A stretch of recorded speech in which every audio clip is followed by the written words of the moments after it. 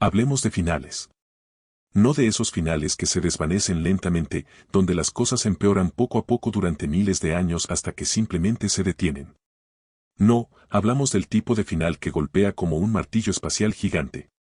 El que divide la historia de la Tierra en un antes y un después tan claramente que los científicos pueden medirlo en capas de roca.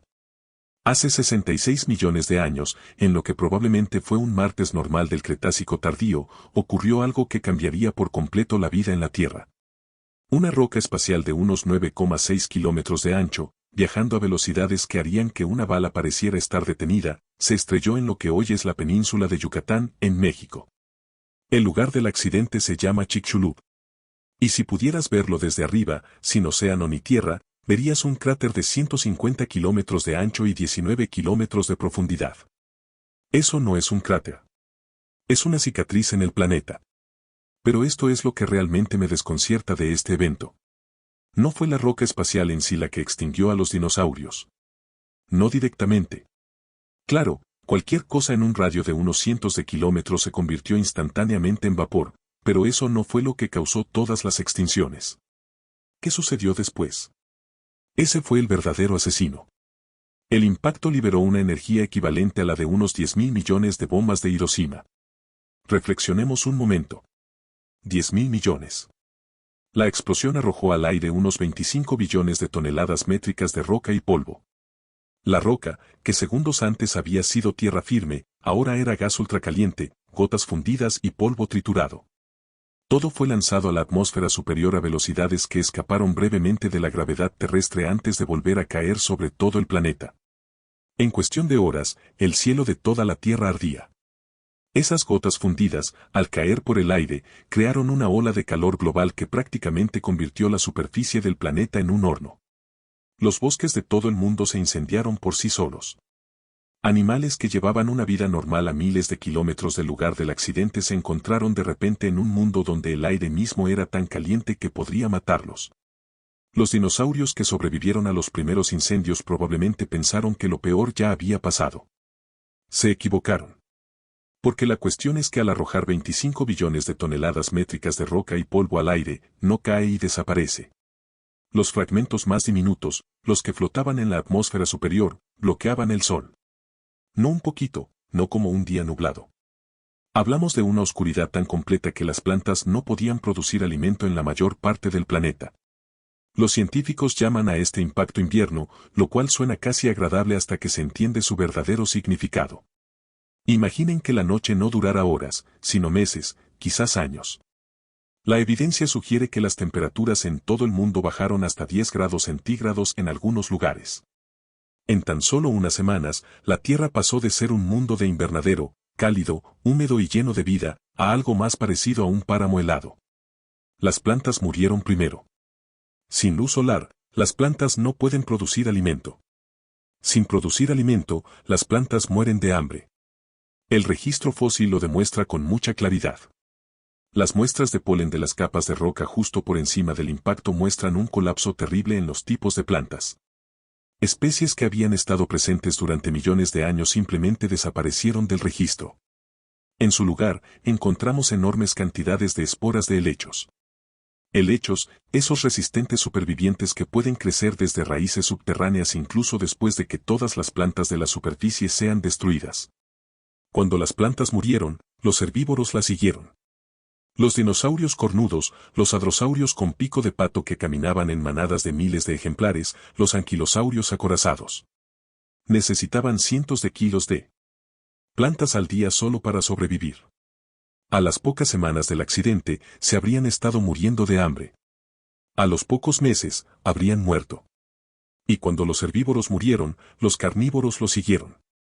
Los tiranosaurios, las aves rapaces, todas esas asombrosas máquinas de matar que habían dominado los ecosistemas terrestres durante más de 160 millones de años.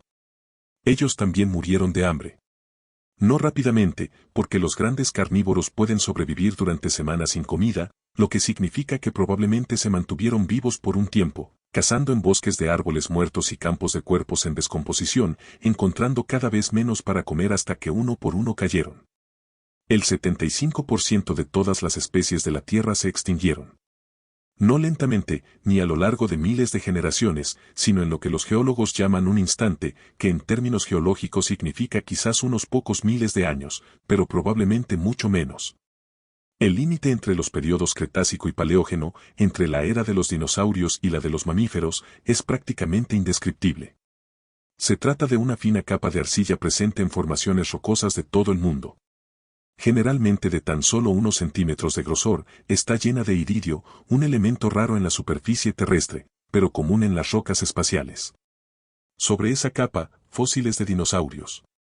Debajo, solo mamíferos, aves y los supervivientes. Esa línea representa el día del fin del mundo. Pero aquí es donde la historia se complica, porque los finales nunca son tan simples como parecen.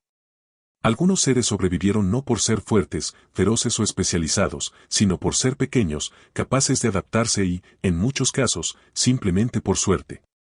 Pequeños mamíferos, la mayoría no más grandes que ratas, lograron sobrevivir.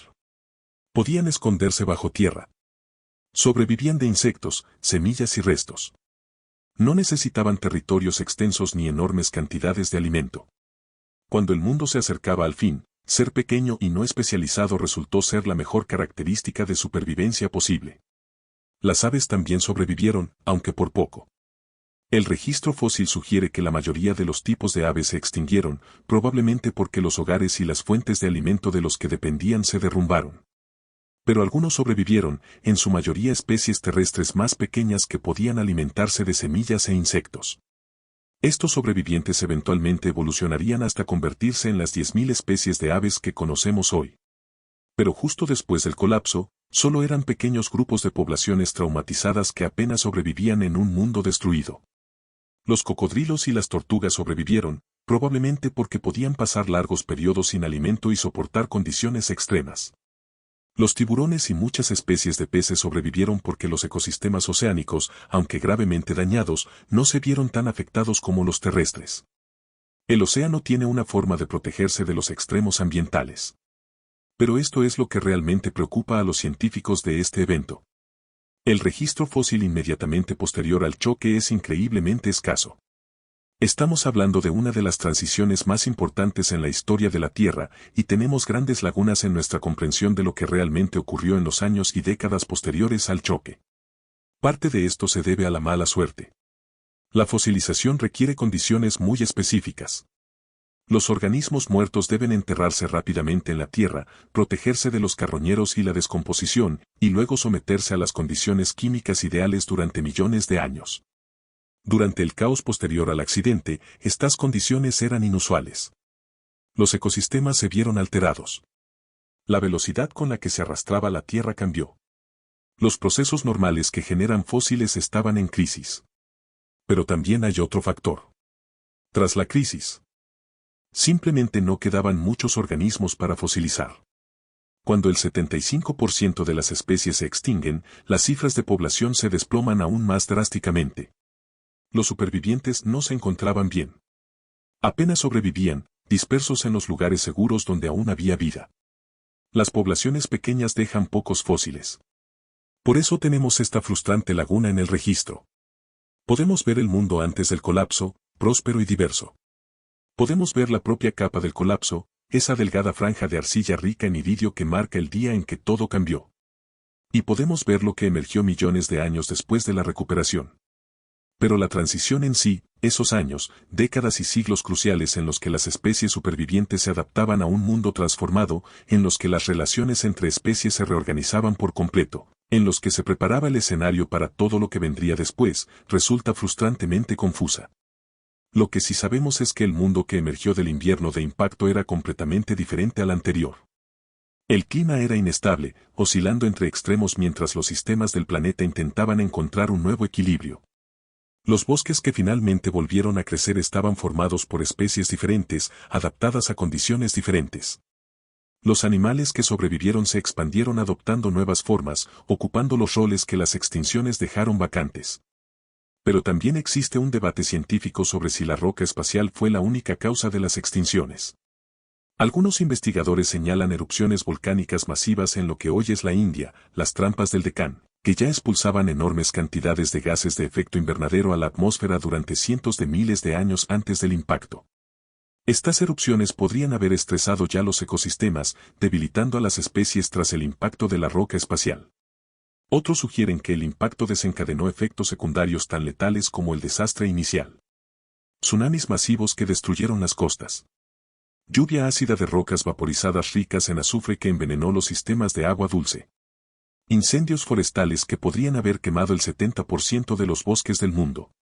Cada uno de estos fenómenos habría causado su propia ola de extinciones, y todos ocurrieron prácticamente al mismo tiempo.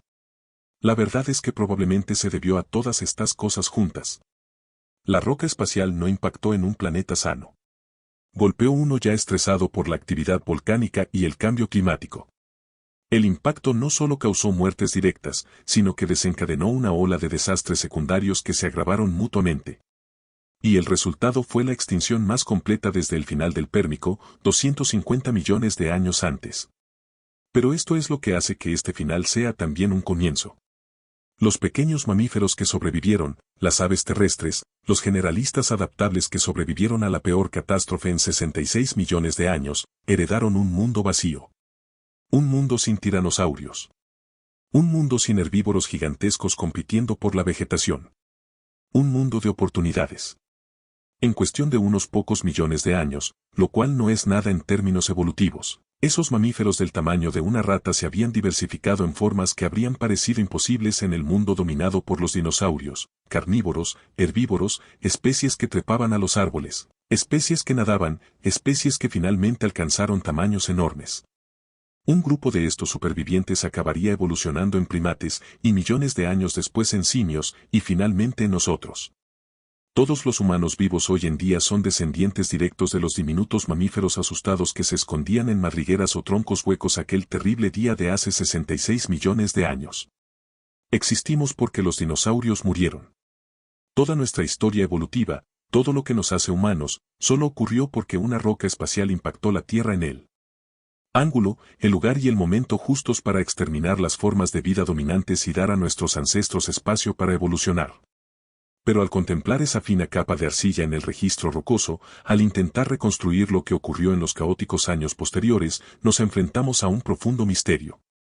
Una de las transiciones más importantes en la historia de la vida en la Tierra, y apenas podemos verla. El registro fósil se silencia justo cuando las cosas se ponen más interesantes. El mundo termina. El mundo vuelve a empezar. Y la mayoría de los detalles se pierden en el tiempo. Esta es solo la primera brecha. El primer lugar donde la historia de la vida en la Tierra se vuelve frustrantemente confusa. Y no será la última. Entonces, la roca espacial impacta, los dinosaurios mueren, el polvo se asienta, ¿y luego qué? Aquí es donde la historia debería aclararse, ¿verdad? Borrón y cuenta nueva. La vida vuelve a empezar. Deberíamos poder observar la evolución en tiempo real. Ver nuevas especies emerger de las cenizas como una historia de origen perfectamente documentada. Excepto que no podemos, porque el Paleoceno, esos primeros 10 millones de años después del evento de extinción, es cuando el registro fósil decide volverse frustrante y enloquecedoramente incompleto. Esto es lo que sabemos que sucedió. Inmediatamente después del accidente, quizás el 75% de todas las especies de la Tierra se extinguieron. Las grandes murieron rápidamente. Las pequeñas, las que podían esconderse, comer casi cualquier cosa, sobrevivir de las sobras. Esas sobrevivieron. Los mamíferos se encontraban entre los sobrevivientes. Pero no eran los mamíferos que imaginas. Eran criaturas diminutas. La mayoría no eran más grandes que una rata. Algunos eran tan pequeños como musarañas. Habían pasado 160 millones de años viviendo a la sombra de los dinosaurios, evolucionando para ser pequeños, silenciosos, activos de noche, invisibles. De repente, los dinosaurios desaparecieron y el mundo quedó vacío. Piensa en lo que esto significa. Eres un mamífero pequeño, quizá de 1 kilo empapado. Toda tu historia evolutiva se ha basado en mantenerte pequeño, escondiéndote de depredadores que podrían tragarte entero. Entonces, un día, esos depredadores simplemente desaparecieron. Todos. Todos los dinosaurios que no eran aves, exterminados. Los bosques ardieron. El paisaje quedó destruido. Pero tú estás vivo. Y por primera vez en la existencia de tu especie, nada te persigue. ¿Qué harías? Te expandirías. Crecerías. Evolucionarías. Y eso fue exactamente lo que pasó. Durante el primer millón de años del Paleoceno, los mamíferos comenzaron a crecer. No de forma drástica, todavía no, pero sí de forma apreciable. Especies que antes eran del tamaño de un ratón comenzaron a producir descendientes del tamaño de un conejo, y luego del tamaño de un perro. La presión evolutiva que los había mantenido pequeños durante millones de años, esa constante amenaza de ser devorados, había desaparecido. Pero aquí es donde el registro fósil empieza a jugarnos una mala pasada. Deberíamos poder seguir esta transformación paso a paso. Observar cómo estos diminutos supervivientes se hacen cada vez más grandes, se diversifican y ocupan los puestos vacíos que dejaron los dinosaurios. Y podemos, en cierto modo, pero solo en fragmentos. Solo en piezas tan incompletas que los científicos pasan carreras enteras discutiendo cómo encajan. Consideremos la cuestión del tiempo. ¿A qué velocidad se produjo realmente este crecimiento? Algunos yacimientos fósiles sugieren una evolución rápida, con mamíferos que duplicaron su tamaño en unos pocos cientos de miles de años. Otros yacimientos muestran cambios mucho más lentos, con aumentos graduales a lo largo de millones de años. ¿Cuál es la correcta? No lo sabemos porque no disponemos de registros fósiles continuos de suficientes lugares como para estar seguros. Tenemos instantáneas, momentos congelados en piedra, separados por cientos de miles de años. De tiempo perdido. Es como intentar ver una película con el 90% de los fotogramas cortados. Se ve la escena inicial, dinosaurios por todas partes. Corte a negro. En el siguiente fotograma, han desaparecido y pequeños mamíferos corren por las ruinas. Corte a negro. En el siguiente fotograma, esos mamíferos de repente son más grandes, diversificándose en diferentes formas. Corte a negro. En el siguiente fotograma, hay criaturas que no se parecen en nada a las anteriores. Las lagunas no solo son molestas. Ocultan transiciones evolutivas cruciales. Los momentos en que una cosa se convirtió en otra. La secuencia exacta de cambios que transformó a un pequeño mamífero parecido a una musaraña en algo que eventualmente podría convertirse en un caballo, una ballena, un murciélago o un primate. Sabemos que estas transformaciones ocurrieron durante el Paleoceno. Simplemente no podemos preverlas. Mientras tanto, el planeta mismo atravesaba cambios drásticos. Los bosques estaban resurgiendo. No eran los mismos que existían antes del colapso. Habían desaparecido. Sus semillas y plantitas se quemaron en las tormentas de fuego globales. Pero nuevos bosques crecían de los sobrevivientes que habían sobrevivido. Los helechos fueron de las primeras plantas en reaparecer. Se reproducían mediante esporas capaces de sobrevivir a condiciones extremas. En cuestión de miles de años, vastas praderas de helechos cubrieron lo que antes eran paisajes vacíos. Luego llegaron las plantas con flores, las angiospermas. Habían tenido un papel relativamente menor antes de la extinción. Tras ella, su diversidad se disparó, convirtiéndose en la principal forma vegetal en la mayor parte del planeta. Esto creó ecosistemas completamente nuevos, ecosistemas que nunca habían existido antes, y los mamíferos estaban evolucionando para usarlos de maneras que habrían sido imposibles bajo el dominio de los dinosaurios. Algunos mamíferos se especializaron en la alimentación, alimentándose de hojas y brotes. Otros se volvieron frugívoros, alimentándose de los abundantes frutos de las plantas con flores. Otros se convirtieron en depredadores, cazando a los demás mamíferos que se multiplicaban en un mundo sin dinosaurios. Pero nos faltan la mayoría de los detalles. Sabemos que estas adaptaciones ocurrieron porque encontramos fósiles de mamíferos que claramente las poseían, dientes diseñados para triturar plantas, extremidades adaptadas para trepar árboles y cuerpos diseñados para perseguir presas. Pero las formas intermedias, las especies que cubren la brecha entre los supervivientes generalizados y estos especialistas, están en gran medida ausentes del registro. ¿Por qué? En parte se debe a la mala suerte. La fosilización requiere condiciones muy específicas. Un animal muere, queda enterrado rápidamente antes de descomponerse o ser devorado por carroñeros, permanece enterrado en tierra que finalmente se convierte en piedra, y luego, de alguna manera, queda expuesto millones de años después, donde los paleontólogos pueden encontrarlo. Cada paso de este proceso es improbable. La mayoría de los organismos que alguna vez vivieron nunca se fosilizaron. Murieron, se desintegraron y desaparecieron sin dejar rastro. Pero el Paleoceno parece haber sido especialmente perjudicial para la conservación de fósiles. El caos ambiental posterior a la extinción creó condiciones que, de hecho, redujeron la probabilidad de fosilización en muchas zonas. Los niveles del mar subían y bajaban vertiginosamente. Las zonas climáticas cambiaban. Los entornos estables donde mejor se forman los fósiles, deltas de ríos, lechos de lagos, mares poco profundos, sufrían constantes alteraciones. Así que nos quedamos con evidencia tentadoramente incompleta. Encontramos un fósil aquí, otro a 1000 millas de distancia, un tercero separado de los dos primeros por 2 millones de años. Y tratamos de conectarlos para crear una historia coherente. Pero las conexiones requieren conjeturas fundamentadas basadas en la anatomía, la teoría evolutiva y la comparación con animales vivos. Podemos hacer conjeturas razonables, pero no podemos estar seguros. Y luego están las criaturas que aparecen en el registro fósil del Paleoceno, dominan durante un tiempo y luego desaparecen por completo. Sin descendencia. Sin una explicación clara de por qué se extinguieron. Son callejones sin salida evolutivos, experimentos fallidos, borrados de la historia tan completamente como los propios dinosaurios. Consideremos a los multituberculados.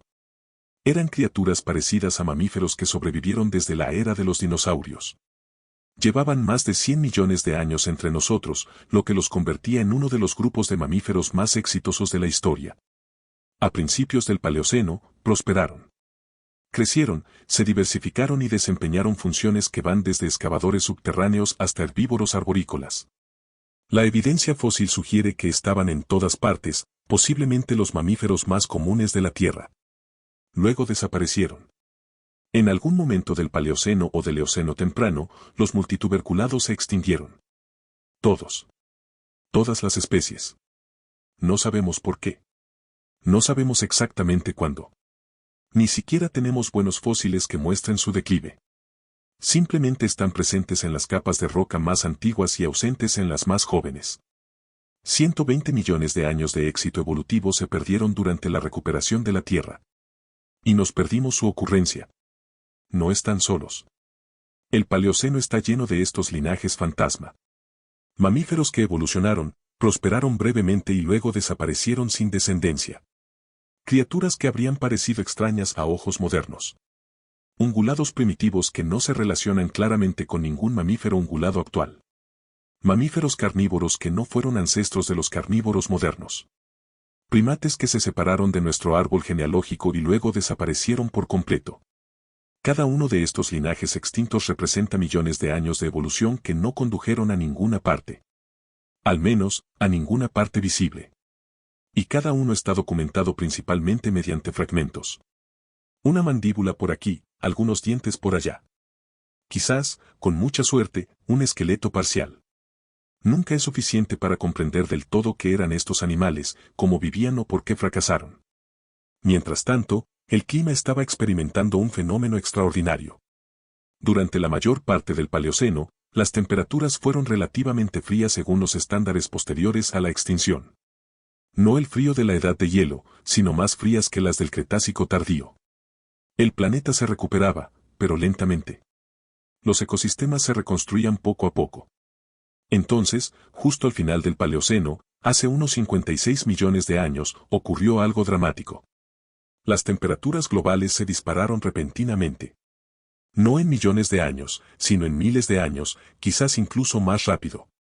Este evento, llamado máximo térmico del Paleoceno-Eoceno, TMPE, provocó un aumento de la temperatura global promedio de 5 a 8 grados Celsius en un instante geológico. Los efectos fueron catastróficos. La química del océano cambió, volviéndose más ácida. Las criaturas de las profundidades marinas sufrieron extinciones masivas. En tierra, bosques enteros migraron hacia los polos, siguiendo sus rangos de temperatura preferidos. Las condiciones tropicales se extendieron hasta lo que hoy son zonas templadas. Y los mamíferos, aquellos sobrevivientes que habían estado diversificándose constantemente durante 10 millones de años, de repente se enfrentaron a una nueva crisis. Deberíamos poder ver cómo respondieron en detalle. Observar cómo se adaptan, migran y desarrollan nuevos mecanismos de tolerancia al calor. Rastrear las especies que sobrevivieron y las que no y podemos, en cierta medida, pero el registro fósil del MTP es, una vez más, frustrantemente irregular. Contamos con algunos sitios excelentes que conservaron instantáneas del evento. La cuenca Bighorn en Wyoming. Algunos lugares en Europa. Algunos puntos en Asia. Pero vastas regiones del planeta carecen de registro fósil alguno de este periodo. Por lo tanto, sabemos que el MTP ocurrió. Sabemos que provocó importantes cambios evolutivos. Sabemos que los mamíferos respondieron desarrollando cuerpos más pequeños, una adaptación al estrés térmico. Incluso podemos identificar algunas especies nuevas que surgieron durante este periodo. Pero no podemos ver el panorama completo. No podemos rastrear cómo los cambios en una región se conectaron con los cambios en otra. No podemos identificar qué innovaciones evolutivas fueron respuestas directas al calentamiento y cuáles ocurrieron por pura casualidad. Es como intentar comprender una pandemia con solo los registros médicos de 3 ciudades. Se puede ver que ocurrió algo grave. Se pueden identificar algunos patrones. Pero se pierden la mayoría de los datos, la mayor parte de la historia, la mayoría de las conexiones que permitirían comprender realmente qué sucedió y por qué. Y esta es la frustración fundamental del Paleoceno.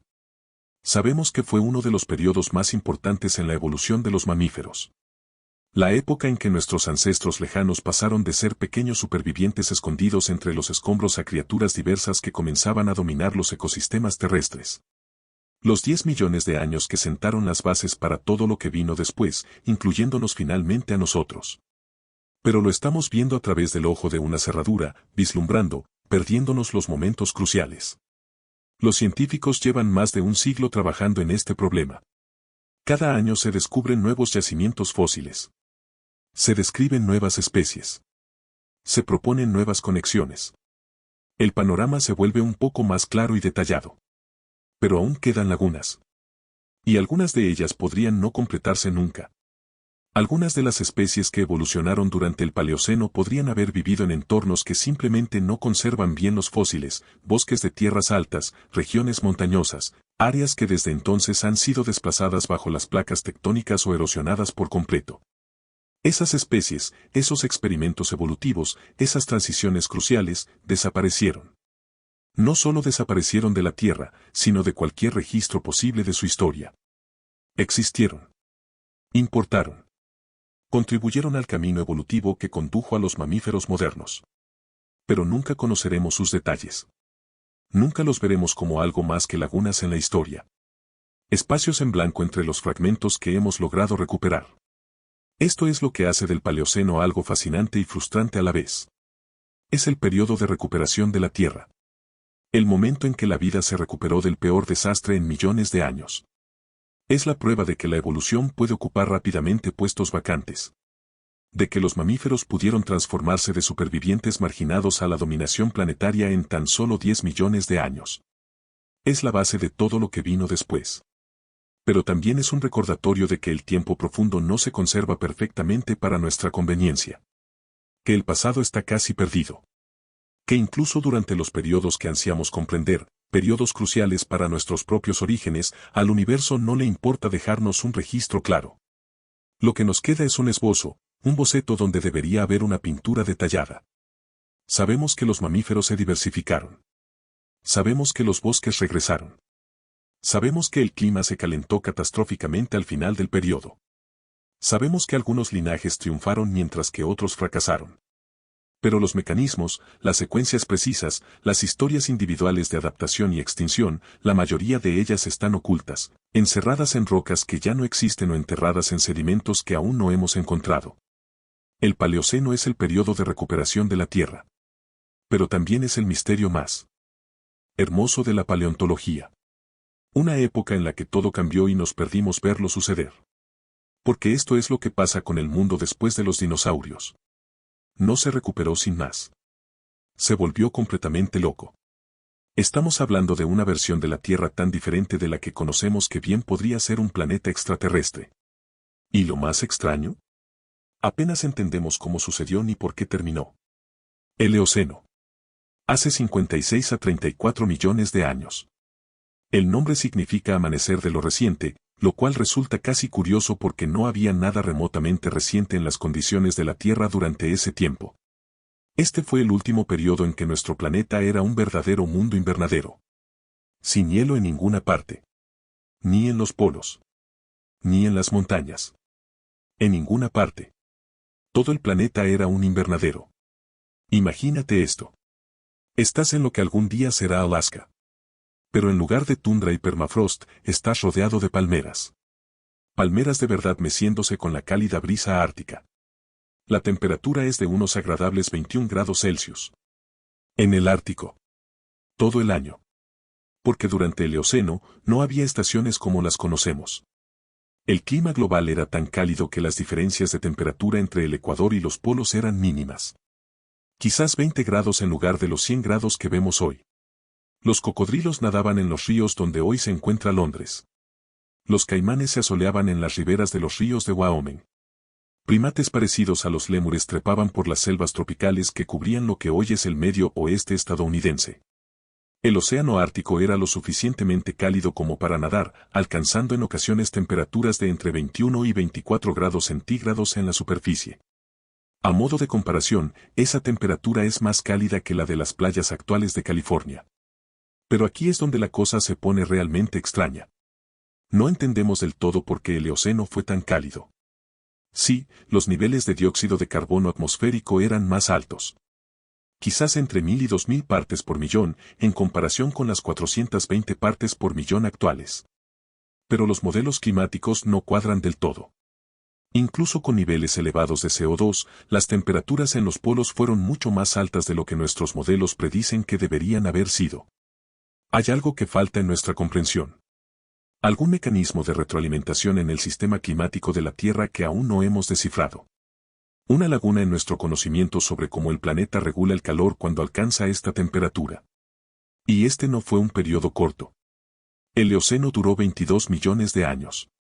Para contextualizar, es más largo que todo el tiempo transcurrido entre el impacto de la roca espacial que extinguió a los dinosaurios y el comienzo del Eoceno. 22 millones de años de condiciones tropicales ininterrumpidas en todo el mundo. 22 millones de años para que la vida se adapte a este mundo invernadero y evolucione hacia formas que apenas podemos reconocer. Los mamíferos que surgieron durante el Eoceno no se parecían en nada a lo que existe hoy. Y quiero decir nada. Claro, hubo versiones tempranas de grupos que reconocemos. Caballos primitivos del tamaño de perros. Ballenas primitivas que aún tenían patas y caminaban sobre la tierra. Primates antiguos experimentando con la vida en los árboles. Pero también hubo grupos de mamíferos completamente nuevos que no tienen descendientes modernos. Linajes que prosperaron durante millones de años y luego desaparecieron por completo, dejando solo fragmentos de fósiles y enormes interrogantes sobre qué eran y cómo vivían. Tomemos como ejemplo a los creodontes. Estos fueron los principales depredadores del Eoceno temprano, desempeñando las funciones que hoy desempeñan los grandes felinos y los lobos. Sin embargo, no estaban emparentados con los carnívoros modernos. Fueron un experimento evolutivo completamente independiente en cuanto a ser carnívoros. Algunos eran enormes, más grandes que los leones modernos. Otros eran pequeños, parecidos a comadrejas. Dominaron durante millones de años y luego desaparecieron hace unos 35 millones de años, reemplazados por verdaderos carnívoros, los ancestros de los gatos, perros y osos modernos. No sabemos por qué se extinguieron los creodontos. No sabemos por qué los verdaderos carnívoros tuvieron más éxito. Solo sabemos que un grupo reemplazó al otro, y millones de años de historia evolutiva se extinguieron sin dejar explicaciones claras en el registro fósil. O pensemos en los brontoterios. Imaginen un rinoceronte, pero más extraño. Mucho más extraño. Estos enormes herbívoros parecían como si alguien hubiera tomado un rinoceronte y le hubiera dado cuernos extravagantes en forma de I, y luego lo hubiera escalado hasta que algunas especies medían 2,4 metros de altura hasta los hombros y pesaban 4 toneladas. Estaban por todas partes durante el Eoceno Medio, dominando los ecosistemas de Norteamérica y Asia.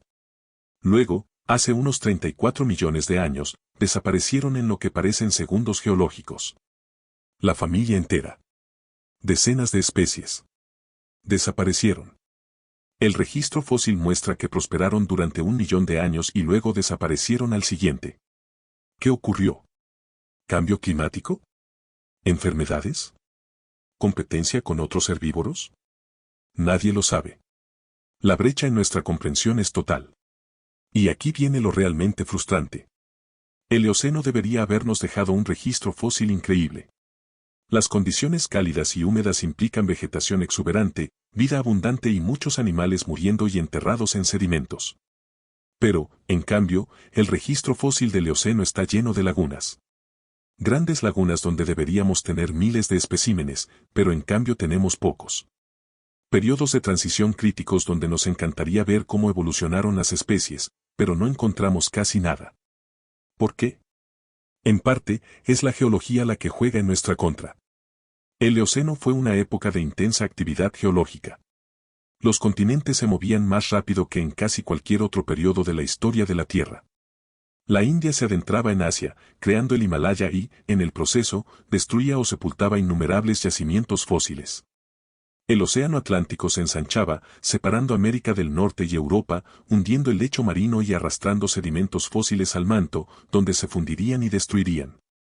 Las montañas rocosas fueron empujadas hacia arriba, inclinando y rompiendo capas de roca, mezclando el registro geológico hasta que averiguar qué sucedió en cada momento se volvió casi imposible. Pero también se trata del propio medio ambiente. Las selvas tropicales, que cubrían grandes extensiones de la Tierra durante el Eoceno, son terribles para la conservación de fósiles. El calor y la humedad provocan la rápida descomposición de los cuerpos. Los suelos ácidos disuelven los huesos. El crecimiento y la descomposición constantes de la vegetación remueven el suelo, destruyendo los cementerios. Las selvas tropicales modernas se encuentran entre los lugares con mayor biodiversidad de la Tierra, pero casi no producen fósiles. Las selvas del Eoceno probablemente eran iguales, rebosantes de vida que apenas dejaba rastro. Así que nos vemos obligados a reconstruir una época entera a partir de pistas dispersas. Una mandíbula por aquí. Un diente por allá. Ocasionalmente, un esqueleto casi completo, con muchísima suerte. Y a partir de estos fragmentos, intentamos comprender un mundo que no se parecía en nada al nuestro. Los primeros primates son el ejemplo perfecto de esta frustración. En algún momento del Eoceno, los ancestros de los monos, simios y, finalmente, los humanos, se separaron de los ancestros de los lémures y los loris. Esta es una de las divisiones más importantes en la evolución de los primates. El inicio del linaje que eventualmente nos produciría. Y el registro fósil de esta transición es terrible. Casi inexistente. Tenemos primates del Eoceno temprano que se parecen en general a los lémures. Pequeñas criaturas arborícolas de ojos grandes, adaptadas a la vida en bosques tropicales. Tenemos primates del Eoceno medio que muestran algunas características que sugieren que podrían estar más cerca de los monos y simios. Y luego tenemos primates del Eoceno tardío y del Oligoceno temprano que claramente siguen la línea de los monos y simios. Pero las transiciones, las especies que realmente muestran los pasos evolutivos de un grupo a otro, desaparecidas. Simplemente desaparecidas. Perdidas en millones de años de selva tropical que apenas produjo fósiles. Existe una brecha en nuestra comprensión de millones de años. No podemos ver las innovaciones evolutivas que diferenciaron a los primates antropoides, nuestros ancestros directos, de otros primates. No podemos rastrear el desarrollo de rasgos como ojos orientados hacia adelante, manos prensiles, cerebros agrandados. Todas las características que eventualmente harían posible la existencia de los humanos. Simplemente no hay evidencia. Y este patrón se repite en docenas de grupos de mamíferos. La evolución de los caballos, de pequeños animales del tamaño de un perro que pastaban en el bosque a grandes animales de pastoreo en pastizales. Faltan fósiles de transición cruciales. El desarrollo de las ballenas desde ancestros terrestres hasta mamíferos completamente acuáticos. Grandes lagunas en el Eoceno medio, cuando debieron ocurrir las adaptaciones más drásticas. ¿El origen de los murciélagos, los únicos mamíferos voladores? Es casi un misterio. Disponemos de fósiles de murciélagos del Eoceno temprano que ya estaban completamente desarrollados para volar, lo que sugiere que evolucionaron millones de años antes. Pero no tenemos los fósiles de sus ancestros no voladores. Simplemente no existen. Luego está la transición del Eoceno al Oligoceno. Hace 34 millones de años, ocurrió algo dramático. El mundo invernadero terminó. No de forma gradual, sino relativamente repentina en términos geológicos. En menos de 1 millón de años, la temperatura global descendió 15 grados Fahrenheit. Se formaron capas de hielo en la Antártida por primera vez en más de 20 millones de años. Los bosques tropicales que cubrían vastas extensiones del planeta se retiraron hacia el ecuador y una extinción masiva azotó el mundo. Sabemos que esto ocurrió. La evidencia geológica y fósil es clara. Pero no entendemos del todo por qué. La teoría principal se basa en cambios en las corrientes oceánicas. A medida que los continentes seguían desplazándose, el paso de Drake, entre Sudamérica y la Antártida, finalmente se abrió lo suficiente como para permitir la formación de la corriente circumpolar antártica. Esta corriente aisló la Antártida, impidiendo que las cálidas aguas tropicales llegaran hasta ella y permitiendo que se congelara. La formación de las capas de hielo antárticas creó entonces un ciclo de retroalimentación. Reflejando más luz solar, enfriando aún más el planeta y provocando la formación de aún más hielo. Pero aquí está el problema. La sincronización no cuadra del todo. Algunas evidencias sugieren que el enfriamiento comenzó antes de que el pasaje de Drake se abriera por completo. Otras evidencias muestran periodos de calentamiento en medio de la tendencia general de enfriamiento. La transición no fue fluida. Fue caótica. Titubeante. Llena de falsos comienzos y retrocesos. Y el registro fósil de este periodo crítico es terrible. Fragmentado. Incompleto. Lleno de lagunas donde necesitamos registros continuos, pero casi no tenemos nada. Lo que sí sabemos es que esta transición cambió fundamentalmente qué animales sobrevivieron y cuáles se extinguieron. ¿Los creodontes? Desaparecieron. ¿Los brontoterios? Extintos. ¿Docenas de otras familias de mamíferos que habían prosperado durante millones de años? Exterminadas. En su lugar surgieron nuevos grupos. Antepasados de muchos mamíferos modernos. Animales adaptados al mundo más frío y estacional que estaba surgiendo. Pero las extinciones no fueron aleatorias, y no comprendemos completamente su patrón. Algunos grupos desaparecieron por completo. Otros sobrevivieron, pero quedaron reducidos a pequeñas poblaciones restantes. Otros prosperaron durante la transición, expandiendo sus áreas de distribución a medida que los trópicos se reducían. Intentar averiguar qué determinó la supervivencia frente a la extinción es casi imposible debido a las numerosas lagunas en el registro fósil. Nos faltan los datos ambientales. Los registros climáticos. La información detallada, especie por especie, que nos permitiría reconstruir con exactitud qué sucedió y por qué. Y esto es lo que hace que esto sea realmente frustrante para los científicos. La transición del Eoceno al Oligoceno es posiblemente la mejor comparación reciente de lo que está sucediendo con el clima de la Tierra en este momento. Vivimos en un periodo de rápido calentamiento impulsado por el aumento de los niveles de CO2. El Eoceno fue la última vez que la Tierra tuvo concentraciones de CO2 similares a las que estamos viviendo. Entender qué sucedió entonces, cómo respondieron los ecosistemas, qué especies sobrevivieron y cuáles no, podría brindarnos información crucial sobre lo que podría suceder en los próximos siglos. Pero no podemos comprenderlo del todo porque no hay evidencia. La deriva continental lo destruyó. Las condiciones de conservación tropicales impidieron su formación. Las perturbaciones geológicas lo sepultaron, lo inclinaron o lo rompieron hasta que se volvió ilegible. Nos queda un periodo crucial en la historia de la Tierra que solo podemos reconstruir parcialmente. Una transición climática que necesitamos comprender desesperadamente, pero que no podemos explicar por completo. El Eoceno representa un enorme vacío en nuestra comprensión de cómo funcionan el clima y los ecosistemas de la Tierra en condiciones extremas. 22 millones de años de condiciones de invernadero que produjeron formas de vida que apenas podemos imaginar y luego las eliminaron en un instante geológico. Una época en la que las palmeras crecían en los polos y los cocodrilos nadaban en los ríos árticos. En la que linajes de mamíferos extraños surgieron y desaparecieron sin dejar una explicación clara de su existencia. Y quizás lo más importante, un periodo que contuvo los orígenes evolutivos de nuestro propio linaje. En algún lugar de esas selvas tropicales del Eoceno, entre esos fósiles fragmentarios y enormes lagunas en el registro, nuestros ancestros estaban desarrollando las características que eventualmente harían posible la existencia de los humanos. Visión mejorada. Manos que agarran. Cerebros más grandes. Complejidad social. Se estaban sentando las bases de la evolución humana, y apenas podemos verlo porque la Tierra misma ha borrado la evidencia, dejándonos con preguntas que quizá nunca podamos responder por completo. Ahora tenemos que hablar de uno de los periodos más frustrantes de la historia de la Tierra. No porque no pasara nada, sino porque casi todo lo que ocurrió prácticamente no dejó rastro. Bienvenidos al Oligoceno y al Mioceno. Hace entre 34 y 5 millones de años.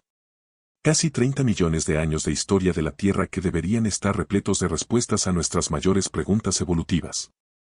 En cambio, es como si alguien hubiera tomado los capítulos más importantes de la autobiografía de la Tierra y los hubiera pasado por una trituradora. Esto es lo que sabemos que sucedía durante ese tiempo. El planeta se enfriaba de forma constante y drástica, transformándose del mundo cálido y húmedo del Eoceno en lo que con el tiempo se reconocería como la Tierra moderna. La Antártida, que había sido boscosa y relativamente cálida tan solo unos millones de años antes, se congeló por completo hace unos 34 millones de años. En cuestión de cientos de miles de años, pasó de ser un continente templado con árboles y ríos a un páramo helado cubierto de capas de hielo de kilómetros de espesor.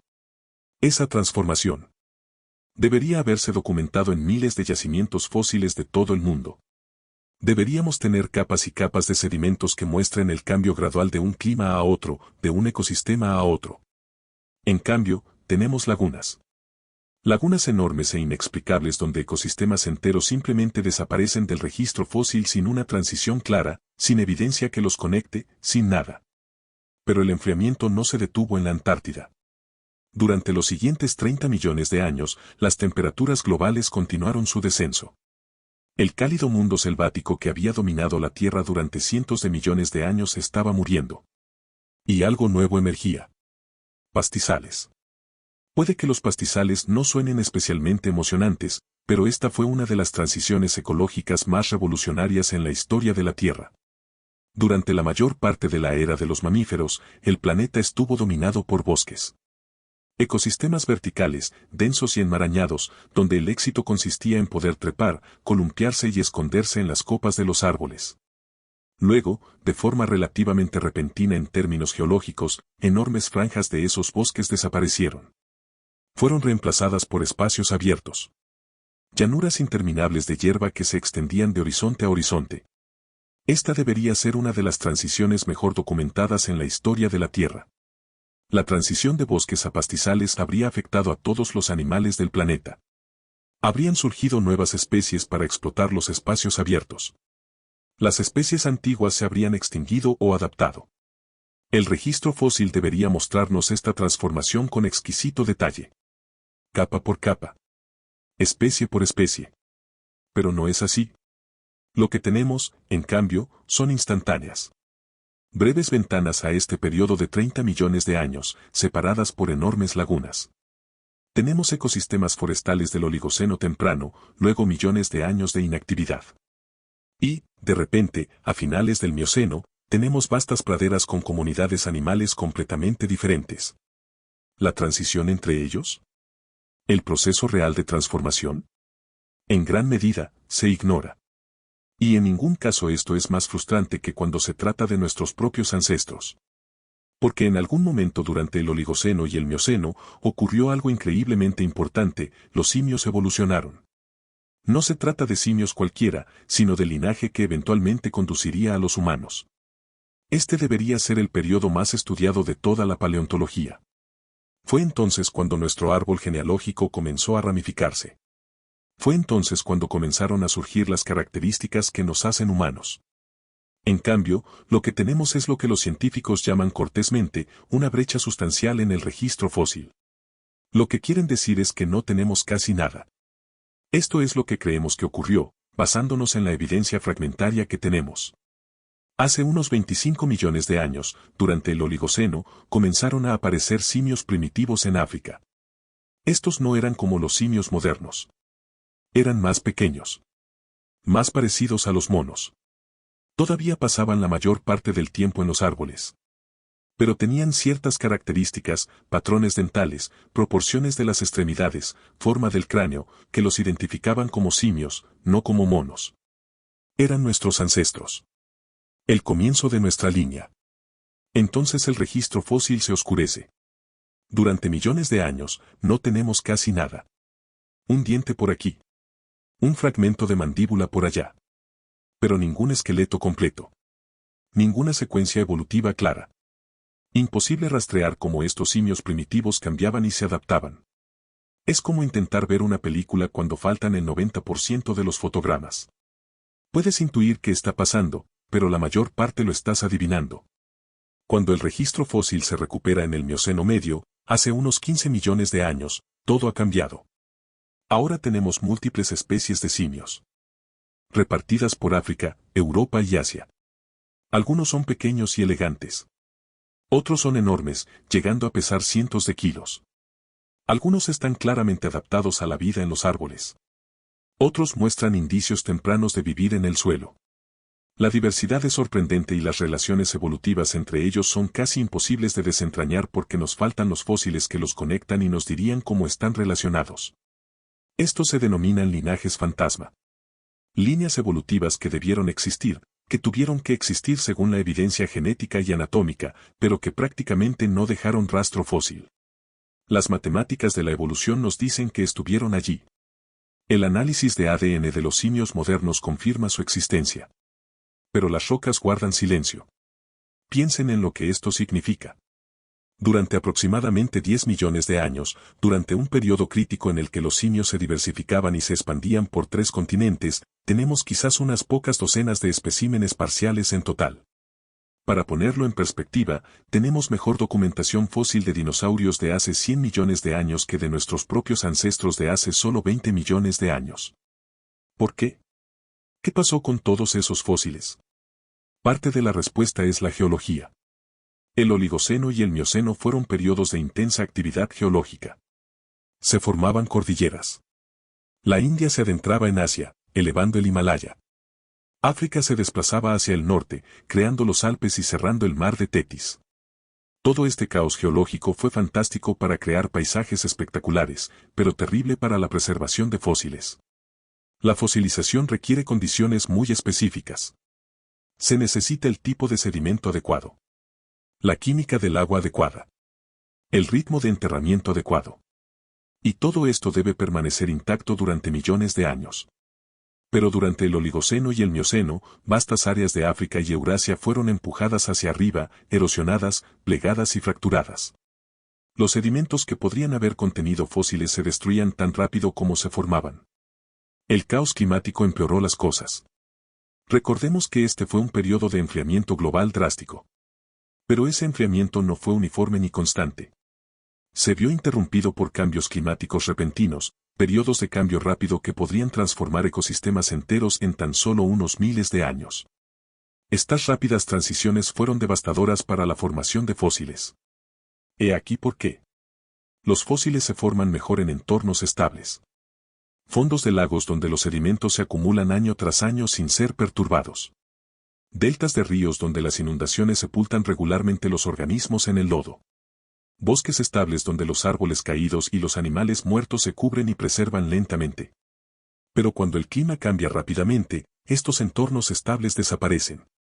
Los lagos se secan. Los ríos cambian de cauce. Los bosques mueren y son reemplazados por pastizales que no conservan los fósiles tan bien.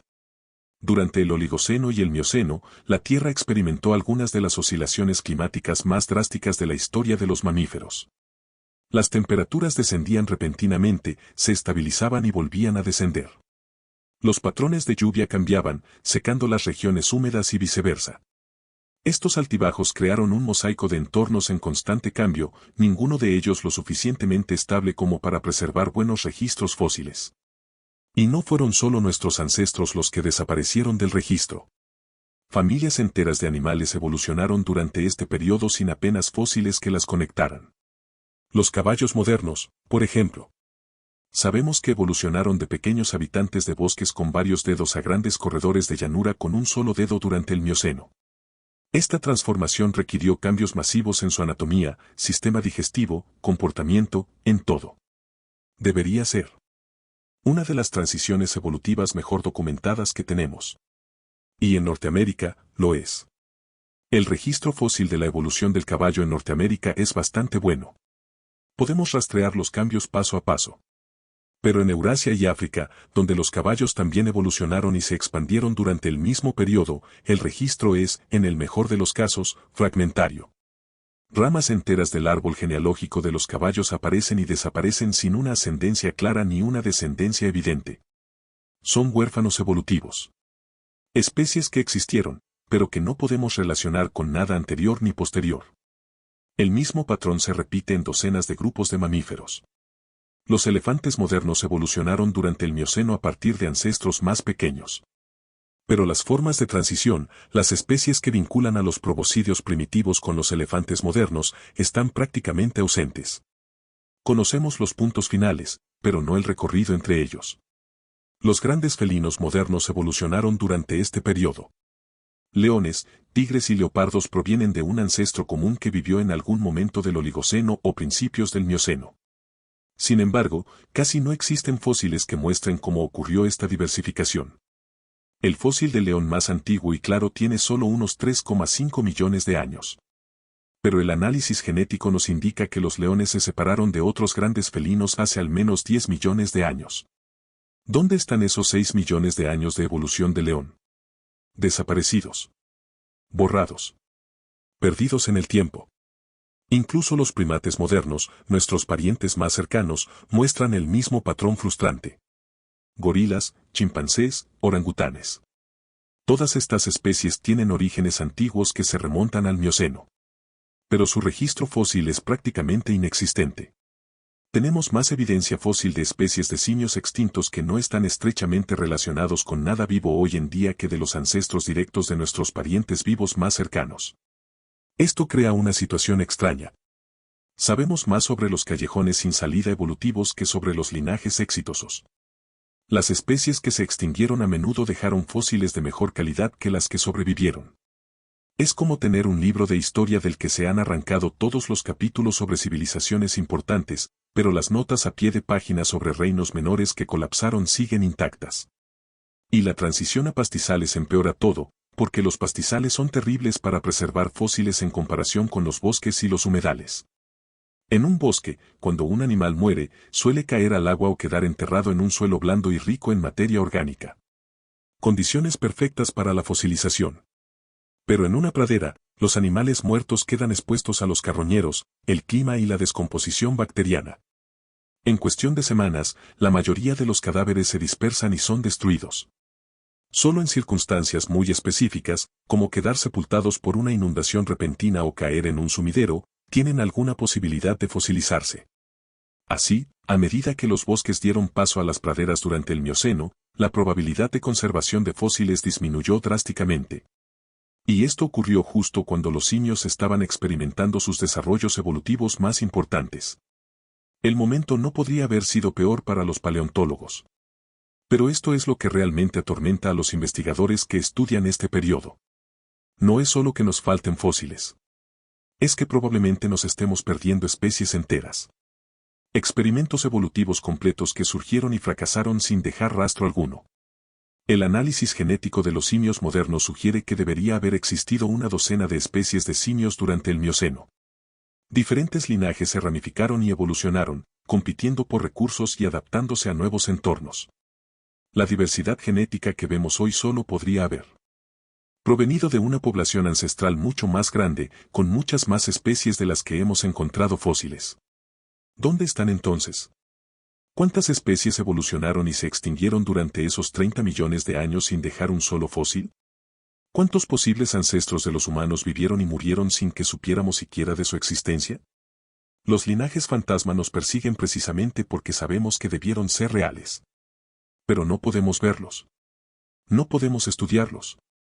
Ni siquiera podemos reconocer su existencia, salvo como lagunas en nuestra comprensión. Y esas lagunas tienen consecuencias reales para la comprensión de la evolución humana. Porque en algún momento de esos millones de años perdidos, ocurrió algo que marcó nuestro linaje por un camino único. Hace entre 25 y 5 millones de años, los ancestros de los humanos se separaron de los ancestros de otros simios. Desarrollaron características que eventualmente conducirían al bipedalismo, el uso de herramientas y el crecimiento cerebral, todos los rasgos que nos hacen humanos. Pero no sabemos cuándo. No sabemos cómo. No sabemos qué presiones ambientales impulsaron estos cambios ni qué formas intermedias conectaron a los simios primitivos con los primeros homínidos reconocibles. El Oligoceno y el Mioceno deberían responder a estas preguntas. Sin embargo, se burlan de nosotros con su ausencia. Lo que nos queda son conjeturas fragmentadas. Podemos suponer que el cambio climático influyó. Que la expansión de los pastizales creó nuevos desafíos. Que la competencia entre especies de simios impulsó la innovación y la adaptación. Pero estamos especulando. Construimos teorías elaboradas sobre bases sólidas, con la esperanza de que algún día, en algún lugar, alguien encuentre los fósiles que llenen los vacíos. Hasta entonces, estas épocas siguen siendo los capítulos intermedios perdidos. El periodo crucial entre el mundo antiguo de los bosques y el mundo moderno de las praderas. La época en que nuestros ancestros se transformaron de simios genéricos en algo único. Los 30 millones de años que deberían explicarlo todo pero que en realidad no explican casi nada. ¿Y lo peor? Probablemente nunca recuperaremos la mayor parte de lo que falta. Esos fósiles han desaparecido. Destruidos por las mismas fuerzas geológicas y climáticas que hicieron de este periodo una época tan importante desde el punto de vista evolutivo. La evidencia de cómo nos convertimos en humanos se ha perdido para siempre. Erosionada, reducida a polvo y esparcida por paisajes antiguos que ya no existen. Pero la historia continúa, porque los pocos fósiles que tenemos del final del Mioceno nos muestran algo extraordinario. Hace 5 millones de años, cuando el Mioceno finalmente dio paso al Plioceno, los simios habían experimentado una revolución. Y en algún lugar entre ellos, caminando sobre dos piernas por las praderas africanas, estaban las primeras criaturas que parecían casi, aunque no del todo, como nosotros. Ahora necesitamos hablar del periodo que debería ser el más importante en la historia humana pero que, en cambio, representa una de las lagunas más frustrantes en todo el registro fósil. El Plioceno. Hace entre 5 y 2,6 millones de años. La época en que nuestros antepasados dejaron de ser simios y comenzaron a convertirse en humanos. Sabemos qué ocurrió. Podemos ver el antes y el después. Pero la transición real, el momento en que todo cambió, prácticamente no se ve.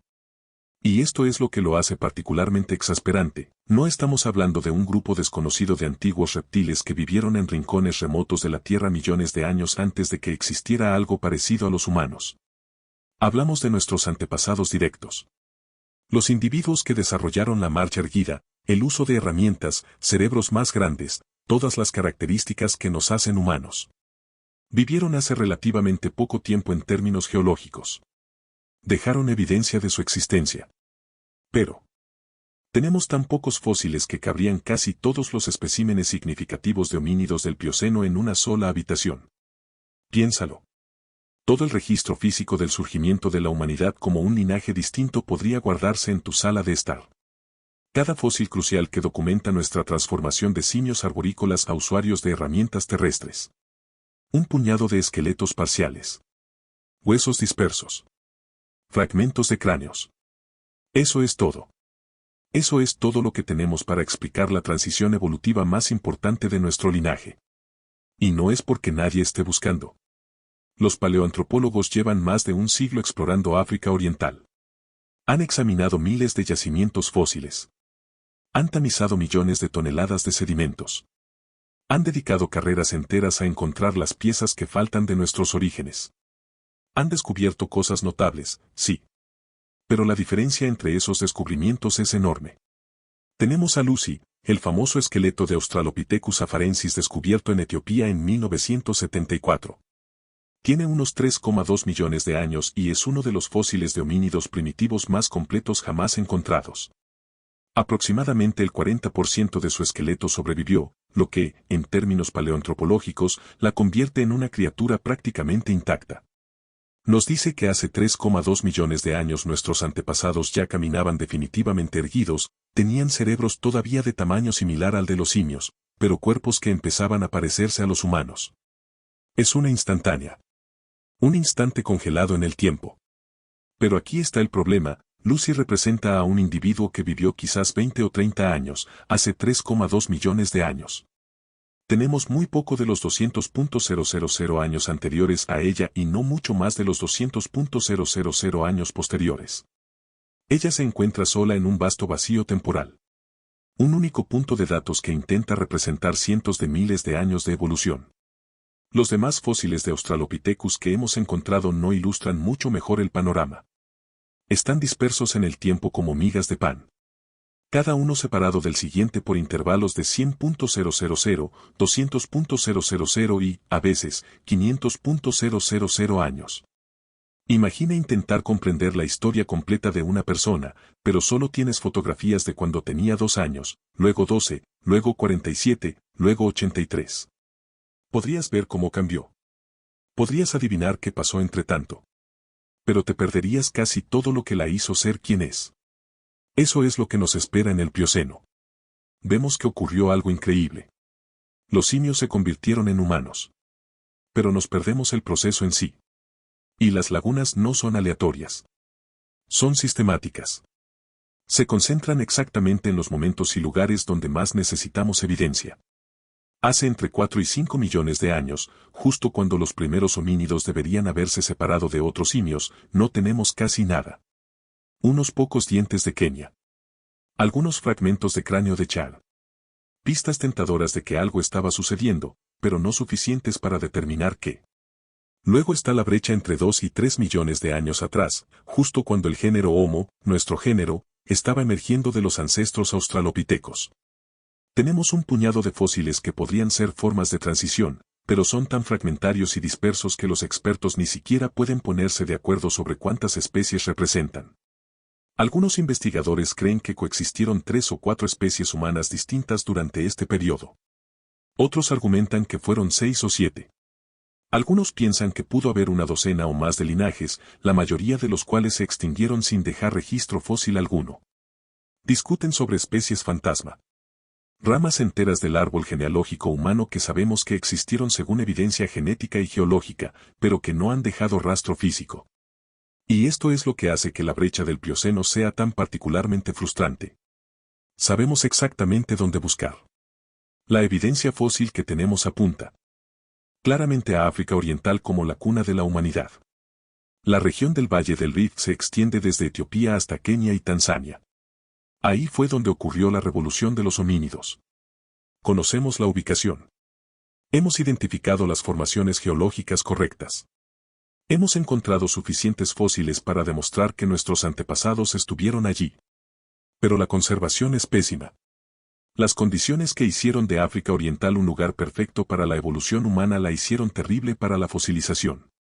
Porque la cuestión con los fósiles es que no se forman por sí solos. La fosilización requiere condiciones muy específicas. Se necesita el tipo de sedimento adecuado, generalmente material de grano fino que pueda enterrar y proteger rápidamente los restos orgánicos. Se necesita la química del agua adecuada. Minerales que puedan penetrar y reemplazar el hueso antes de que se descomponga. Se necesita estabilidad geológica. El yacimiento fósil debe permanecer intacto durante millones de años. No debe ser erosionado ni destruido por la actividad volcánica ni por movimientos tectónicos. Y se necesita suerte. Incluso en condiciones perfectas, la fosilización es increíblemente rara.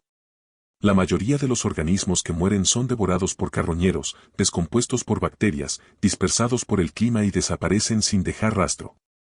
Ahora, si tomamos todos esos requisitos e intentamos aplicarlos al África Oriental del Plioceno, no funciona. El Valle del Rift fue, y sigue siendo, uno de los lugares geológicamente más activos de la Tierra. Volcanes en erupción constante. Terremotos que alteran constantemente el paisaje. Ríos que cambian de curso cada pocos miles de años. El entorno era perfecto para la evolución. Cambiaba con la suficiente rapidez como para crear fuertes presiones selectivas, obligando a nuestros ancestros a adaptarse o morir. Pero ese mismo cambio constante fue nefasto para la conservación. Las erupciones volcánicas enterrarían posibles yacimientos fósiles bajo metros de ceniza. La actividad tectónica levantaría las capas sedimentarias, exponiéndolas a la erosión. Los ríos atravesarían antiguos depósitos, arrasando con millones de años de historia.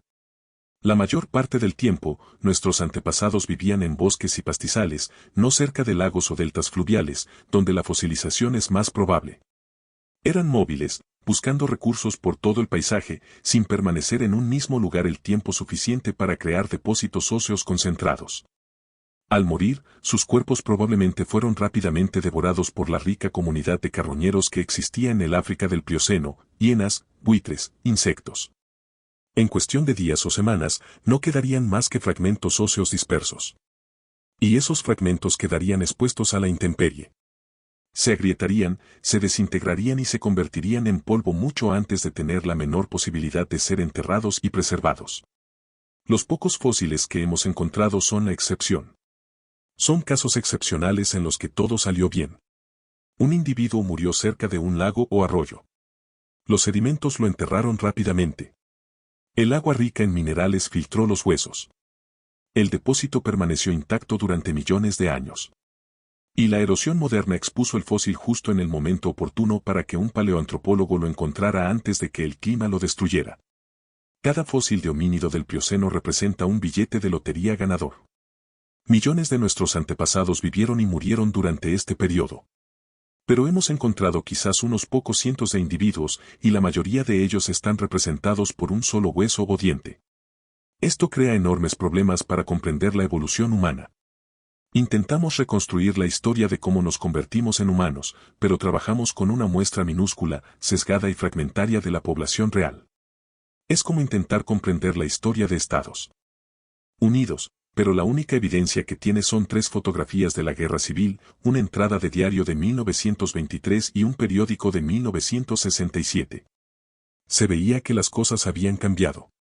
Se podían adivinar los acontecimientos más importantes. Pero se estarían perdiendo casi todo.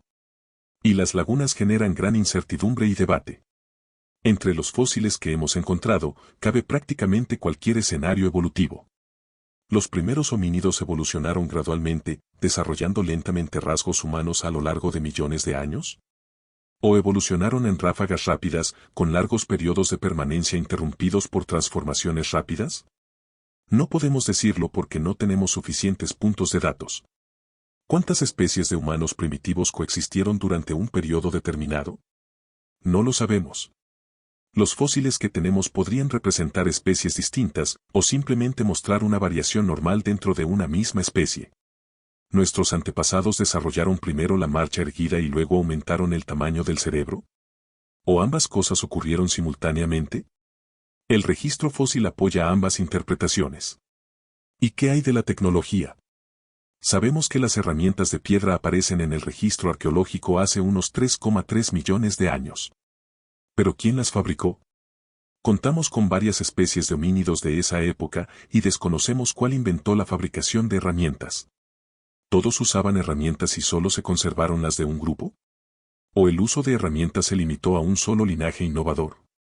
Las brechas son tan grandes que aún seguimos debatiendo sobre cuestiones básicas. Y el problema no es solo la cantidad de fósiles. También es su calidad.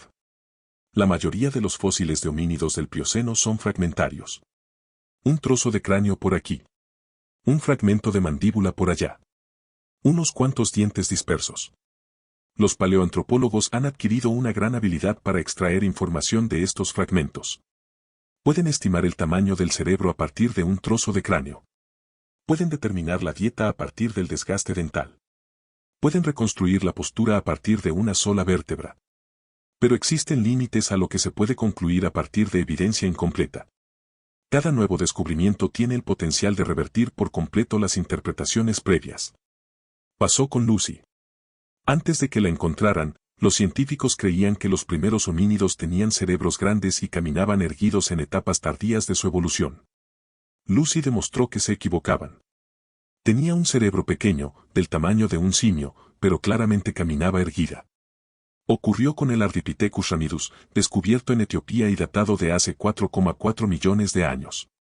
Ardi, como se le conoce, demostró que los primeros homínidos eran incluso más simiescos de lo que se sospechaba, pero también que ya experimentaban con la marcha erguida mucho antes de lo que pensábamos. Cada gran descubrimiento reescribe parte de la historia. Y entre descubrimiento y descubrimiento, nos encontramos con enormes incertidumbres. El misterio del Plioceno tiene otra dimensión que lo hace aún más frustrante. Sabemos, por evidencia genética, que sucedieron cosas importantes durante los periodos en los que no tenemos fósiles. El análisis genético moderno puede mirar hacia atrás en el tiempo, utilizando tasas de mutación y diferencias de ADN entre especies para estimar cuándo se separaron los diferentes linajes. Y ese reloj genético nos indica que hubo múltiples ramificaciones en el árbol genealógico humano durante el Plioceno. Épocas en las que las poblaciones se separaron, evolucionaron de forma aislada y se desarrollaron en especies distintas. Pero no podemos relacionar la mayoría de estos eventos de ramificación genética con fósiles reales. Sabemos que ocurrieron. Podemos estimar aproximadamente cuándo ocurrieron. Pero desconocemos cómo eran esas poblaciones ancestrales, dónde vivían exactamente ni cómo se adaptaron a sus entornos. Es como saber que una película tiene 12 personajes principales, pero solo has visto a 3. Sabes que los demás existen. Puedes ver su influencia en la trama. Pero no tienes ni idea de cómo lucen ni de qué hacen fuera de la pantalla. Algunos investigadores creen que nos estamos perdiendo especies humanas enteras. Linajes que evolucionaron, perduraron cientos de miles de años y luego se extinguieron sin dejar rastro fósil alguno que hayamos descubierto hasta ahora. Podrían haber vivido en regiones que no hemos explorado adecuadamente. África Central, por ejemplo, donde los entornos forestales hacen que la preservación de fósiles sea aún menos probable que en el Valle del Rift. O podrían haber vivido en zonas que desde entonces han sido destruidas por procesos geológicos, con todo su registro fósil borrado por la actividad volcánica o la erosión. O quizás simplemente estén esperando a ser encontrados. Enterrados en sedimentos que aún no hemos desenterrado. En yacimientos fósiles que aún no hemos descubierto. Cada año se descubren nuevos fósiles de homínidos. Cada pocos años, un descubrimiento importante reescribe parte de la historia. En 2015, los investigadores anunciaron el Homo naledi, una extraña especie humana procedente de Sudáfrica que podría tener tan solo 300.000 años de antigüedad pero que tiene una extraña mezcla de características primitivas y modernas.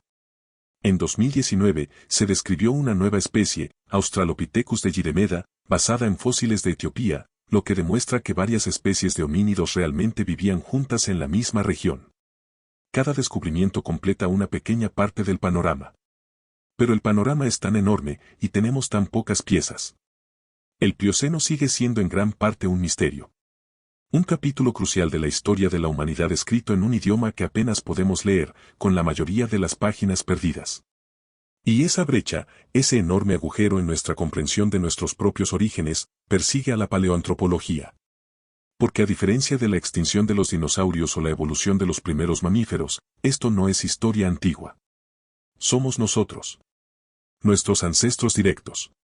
Los individuos que nos dieron nuestra postura erguida, nuestra capacidad para usar herramientas, las bases de nuestros cerebros desarrollados. Deberíamos conocer su historia. Anhelamos conocerla desesperadamente. Pero la Tierra ha mantenido la mayor parte oculta. Enterrada bajo millones de años de cambios geológicos.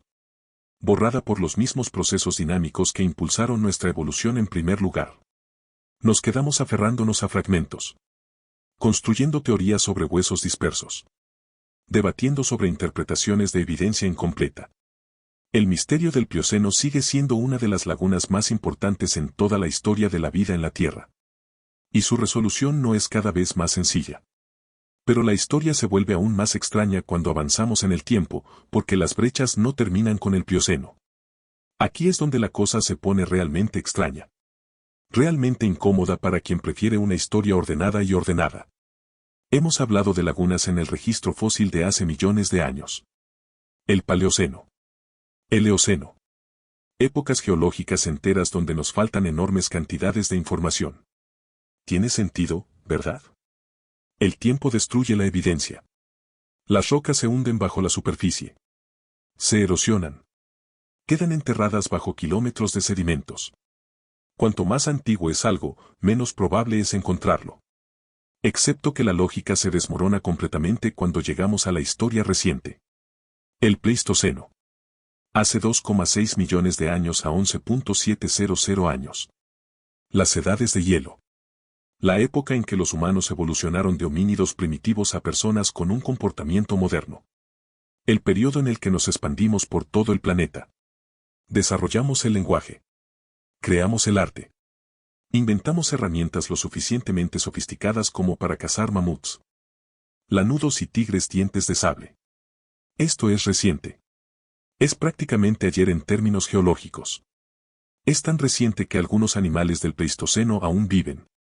Elefantes, rinocerontes, leones. Estas son especies del Pleistoceno que sobrevivieron hasta el mundo moderno. Y, sin embargo, tenemos lagunas enormes en nuestra comprensión de este periodo. Lagunas que carecen de sentido. Lagunas que parecen contradecir todo lo que creemos saber sobre el funcionamiento de la arqueología y la paleontología. Esta es la paradoja que quita el sueño a los paleontólogos. Tenemos fósiles mejores y más completos de dinosaurios que vivieron hace 66 millones de años que de ancestros humanos que vivieron hace 100.000 años. Piénsalo. Piénsalo bien. ¿Un Tyrannosaurus Rex que murió hace 66 millones de años? Podemos encontrar esqueletos casi completos. Podemos estudiar su estructura ósea. Analizar sus patrones de crecimiento. Determinar qué comían y cómo se desplazaban. Museos de todo el mundo exhiben esqueletos de T-Rex con un 70, 80 y, a veces, un 90% de integridad. ¿Pero un neandertal que murió hace 40.000 años? Con suerte encontraremos una mandíbula y algunos dientes. La mayoría de los especímenes neandertales son tan fragmentarios que estamos reconstruyendo poblaciones enteras a partir de cráneos parciales y huesos dispersos de las extremidades. Los denisovanos, una especie humana que habitó Asia hasta hace unos 30.000 años. Hemos encontrado solo un hueso de un dedo, un puñado de dientes y un fragmento de cráneo. Eso es todo. Eso es todo lo que tenemos de una especie entera que se extendió por millones de kilómetros cuadrados y sobrevivió durante cientos de miles de años. Hemos identificado a estas personas. Hemos mapeado su genoma. Descubrimos que se cruzaron con humanos modernos y neandertales. Determinamos que se adaptaron a grandes altitudes y desarrollaron formas de vida junto al mar. Todo esto a partir de un hueso de dedo hallado en una cueva siberiana en 2008. Es absurdo. Es como intentar reconstruir toda la historia del Imperio Romano con una sola moneda y 3 ladrillos. Y la cosa empeora porque los denisovanos no están solos. En 2004, los científicos descubrieron al Homo floresiensis, los llamados hobbits, en una isla de Indonesia. Una especie humana completamente desconocida que sobrevivió hasta hace unos 50.000 años. No teníamos ni idea de que existían. Ninguna. De repente, nos encontramos desenterrando esqueletos de humanos de 1 metro de altura con cerebros del tamaño de chimpancés que, de alguna manera, descubrieron cómo fabricar sofisticadas herramientas de piedra y cazar elefantes enanos. En 2015, encontramos al Homo naledi en Sudáfrica. Otra especie humana completamente desconocida. Miles de huesos en un solo sistema de cuevas, y aún no podemos determinar su antigüedad. Las estimaciones iniciales les dan una antigüedad de 2 millones de años, basándose en su anatomía. Sin embargo, la datación de los fósiles sugiere que podrían haber sobrevivido hasta hace 230.000 años. Esto significaría que vivieron al mismo tiempo que los primeros humanos modernos. ¿Cómo se pierde una especie humana entera? ¿Cómo se pierden varias especies humanas? Estos no son organismos microscópicos. Son grandes mamíferos con estructuras sociales complejas que fabricaban herramientas, usaban fuego y enterraban a sus muertos. Dejaron huellas. Crearon yacimientos arqueológicos. Deberían estar presentes en todo el registro fósil. Pero no lo son. Son fantasmas. Sombras. Sabemos que existieron solo gracias a un puñado de descubrimientos fortuitos en cuevas y depósitos de ceniza volcánica donde las condiciones eran perfectas para su conservación. La explicación convencional es que las edades de hielo del Pleistoceno destruyeron la mayor parte de la evidencia, y eso es parcialmente cierto. Durante 2,6 millones de años, enormes capas de hielo avanzaron y retrocedieron por el hemisferio norte. En el apogeo de la glaciación, capas de hielo de hasta 3 kilómetros de espesor cubrieron Canadá, la mayor parte del norte de Europa y vastas extensiones del norte de Asia. Ese hielo era como una excavadora continental. Arrasó la capa superficial del suelo. Trituró la roca hasta convertirla en grava. Destruyó todo a su paso. Cuando los glaciares finalmente se retiraron hace unos 11.700 años, dejaron tras de sí paisajes completamente transformados. Los valles se habían convertido en fiordos. Las montañas se habían derrumbado. Los cauces de los ríos se habían desviado por completo. Cualquier sitio arqueológico, cualquier zona de residencia humana, cualquier evidencia de poblaciones que habitaran esas regiones fue simplemente borrada. Convertida en polvo y dispersada por inundaciones de deshielo de proporciones nunca vistas. Bueno, eso explica los huecos en las zonas glaciares. Pero los humanos no solo vivieron bajo el hielo. Vivieron en África, Asia, Australia, Sudamérica. Regiones que nunca estuvieron glaciadas. ¿Dónde están todas sus pruebas? Aquí es donde la paradoja se vuelve aún más extraña. Porque nos faltan más que fósiles. Nos faltan yacimientos arqueológicos. Nos faltan los lugares donde realmente vivió la gente. Los yacimientos arqueológicos con más de 50.000 años de antigüedad son extraordinariamente raros. No solo poco comunes. Raros hasta el punto de ser casi inexistentes. Podemos contar con los dedos la cantidad de sitios arqueológicos bien conservados de hace más de 50.000 años. Y la mayoría son cuevas. Lugares donde condiciones inusuales permitieron su conservación. ¿Sitios al aire libre? ¿Campamentos? ¿Cotos de caza? ¿Zonas de procesamiento? ¿Los lugares donde la gente pasaba la mayor parte del tiempo? Casi nada sobrevive. Pero esto es lo que realmente no tiene sentido. Durante el Pleistoceno, millones de humanos vivieron en múltiples continentes durante cientos de miles de años. Fabricaban herramientas constantemente. Herramientas de piedra. Herramientas de hueso. Herramientas de madera. Procesaban alimentos. Creaban fogones. Construían refugios. Deberían haber dejado miles de millones de artefactos. Incluso si el 99% de esos artefactos fueran destruidos por procesos naturales, aún deberíamos encontrarlos por todas partes. Toda ribera erosionada debería estar llena de herramientas de piedra. Toda cueva debería contener múltiples capas de vida. El registro arqueológico debería ser denso y continuo. Pero no lo es. Es escaso. Fragmentario. Lleno de enormes lagunas donde prácticamente no tenemos nada. Y luego está la extinción de la megafauna. Entre hace unos 50.000 y 10.000 años, la mayoría de las especies de grandes mamíferos de la Tierra se extinguieron. Mamuts lanudos. Mastodontes. Felinos dientes de sable. Perezosos terrestres gigantes. Osos cavernarios. Rinocerontes lanudos. Solo en Norteamérica, perdimos 34 géneros de grandes mamíferos. En Sudamérica, desaparecieron 50 géneros. Australia perdió casi toda su megafauna. Esta es una de las extinciones más dramáticas en la historia de la Tierra. Y ocurrió justo cuando la humanidad se expandía por el planeta. La correlación es obvia. Aparecimos. La megafauna desapareció. Pero aquí está el problema, casi no tenemos evidencia directa de que los humanos cazaran a estos animales hasta su extinción. Sí, tenemos algunos sitios de matanza. Sí, tenemos huesos de mamut con puntas de lanza clavadas. Pero estamos hablando de docenas de sitios que documentan la extinción de cientos de especies en varios continentes. Las matemáticas no cuadran. Si los humanos cazaron mamuts, mastodontes y perezosos gigantes hasta su extinción, debería haber miles de sitios de matanza. Enormes yacimientos óseos llenos de restos descuartizados. Zonas de procesamiento donde la gente cosechó sistemáticamente a estos animales generación tras generación. ¿Dónde están? ¿Dónde está toda la evidencia de esta supuesta presión cinegética que podría llevar a la extinción?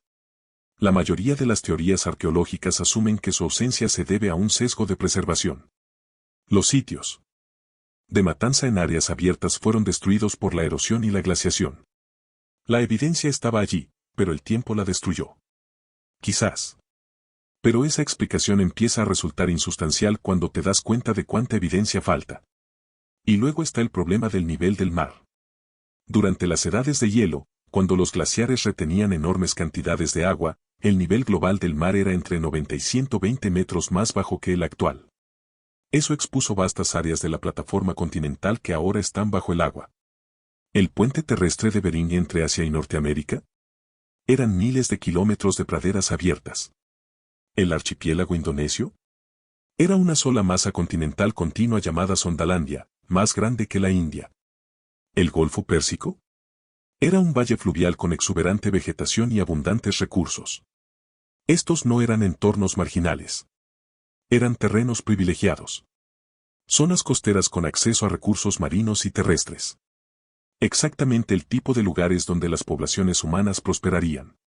Y lo hemos perdido todo. Cuando los glaciares se derritieron y el nivel del mar subió, cientos de miles de kilómetros cuadrados de superficie habitable quedaron sumergidos. No de forma gradual, sino catastrófica. Hay evidencia de eventos de aumento rápido del nivel del mar, donde el nivel del océano subió 3, 4,5 e incluso 6 metros en cuestión de décadas. Imagina vivir en un asentamiento costero y ver cómo el océano se adentra kilómetros en cada generación. Todo lo que construyeron tus antepasados. Cada lugar sagrado. Cada asentamiento. Cada artefacto. Todo, gradualmente, cubierto por cientos de metros de agua. Eso es lo que les ocurrió a nuestros ancestros del Pleistoceno. Y significa que la mayor parte de la actividad humana durante las edades de hielo ahora se encuentra en el fondo del océano, bajo sedimentos y vegetación marina, completamente inaccesible para los arqueólogos. Hemos realizado arqueología subacuática en zonas poco profundas, y siempre encontramos cosas inesperadas. Cuevas sumergidas con arte de la edad de hielo. Valles fluviales sumergidos con herramientas de piedra y huesos de animales. Antiguas costas con evidencia de sofisticadas culturas marineras que desconocíamos. Pero apenas hemos arañado la superficie. Las plataformas continentales representan millones de kilómetros cuadrados de territorio arqueológico inexplorado. Disponemos de mejores mapas de Marte que del paisaje de la edad de hielo que se encuentra bajo unos cientos de metros de agua de mar frente a nuestras costas. Así que aquí está la pregunta incómoda que empieza a surgir en los círculos arqueológicos, ¿y si nos estamos perdiendo algo más que los campamentos de cazadores-recolectores? ¿Y si hubiera sociedades más complejas durante el Pleistoceno de lo que suponíamos? Esto es controvertido. Realmente controvertido, porque cuestiona supuestos fundamentales sobre la evolución cultural humana. La narrativa estándar afirma que las sociedades complejas surgieron solo después del fin de las edades de hielo. Solo después de la invención de la agricultura hace unos 10.000 años. Antes de eso, los humanos eran simples cazadores-recolectores que vivían en pequeños grupos. Sin asentamientos permanentes. Sin construcciones a gran escala. Sin una organización social sofisticada. Pero esa narrativa se basa en la suposición de que tenemos un registro arqueológico razonablemente completo. Y estamos empezando a darnos cuenta de que no es así. Nos estamos perdiendo enormes fragmentos de tiempo y espacio. Las lagunas son tan grandes que, literalmente, no podemos afirmar con certeza que ocurrió o no durante el Pleistoceno. Göbekli Tepe, en Turquía, ya nos ha obligado a replantearnos nuestras suposiciones. Construida hace 11.500 años por personas que supuestamente aún no habían inventado la agricultura, presenta enormes pilares de piedra tallados con sofisticadas obras de arte, organizados en complejas estructuras circulares que requirieron el trabajo coordinado de cientos de personas. Se supone que esto no debería existir. Según los modelos antiguos, la gente de esta época no debería haber sido capaz de este tipo de construcción. Pero ahí está. Innegablemente real. Nos obliga a reconocer que tal vez nuestros antepasados eran más capaces de lo que suponíamos.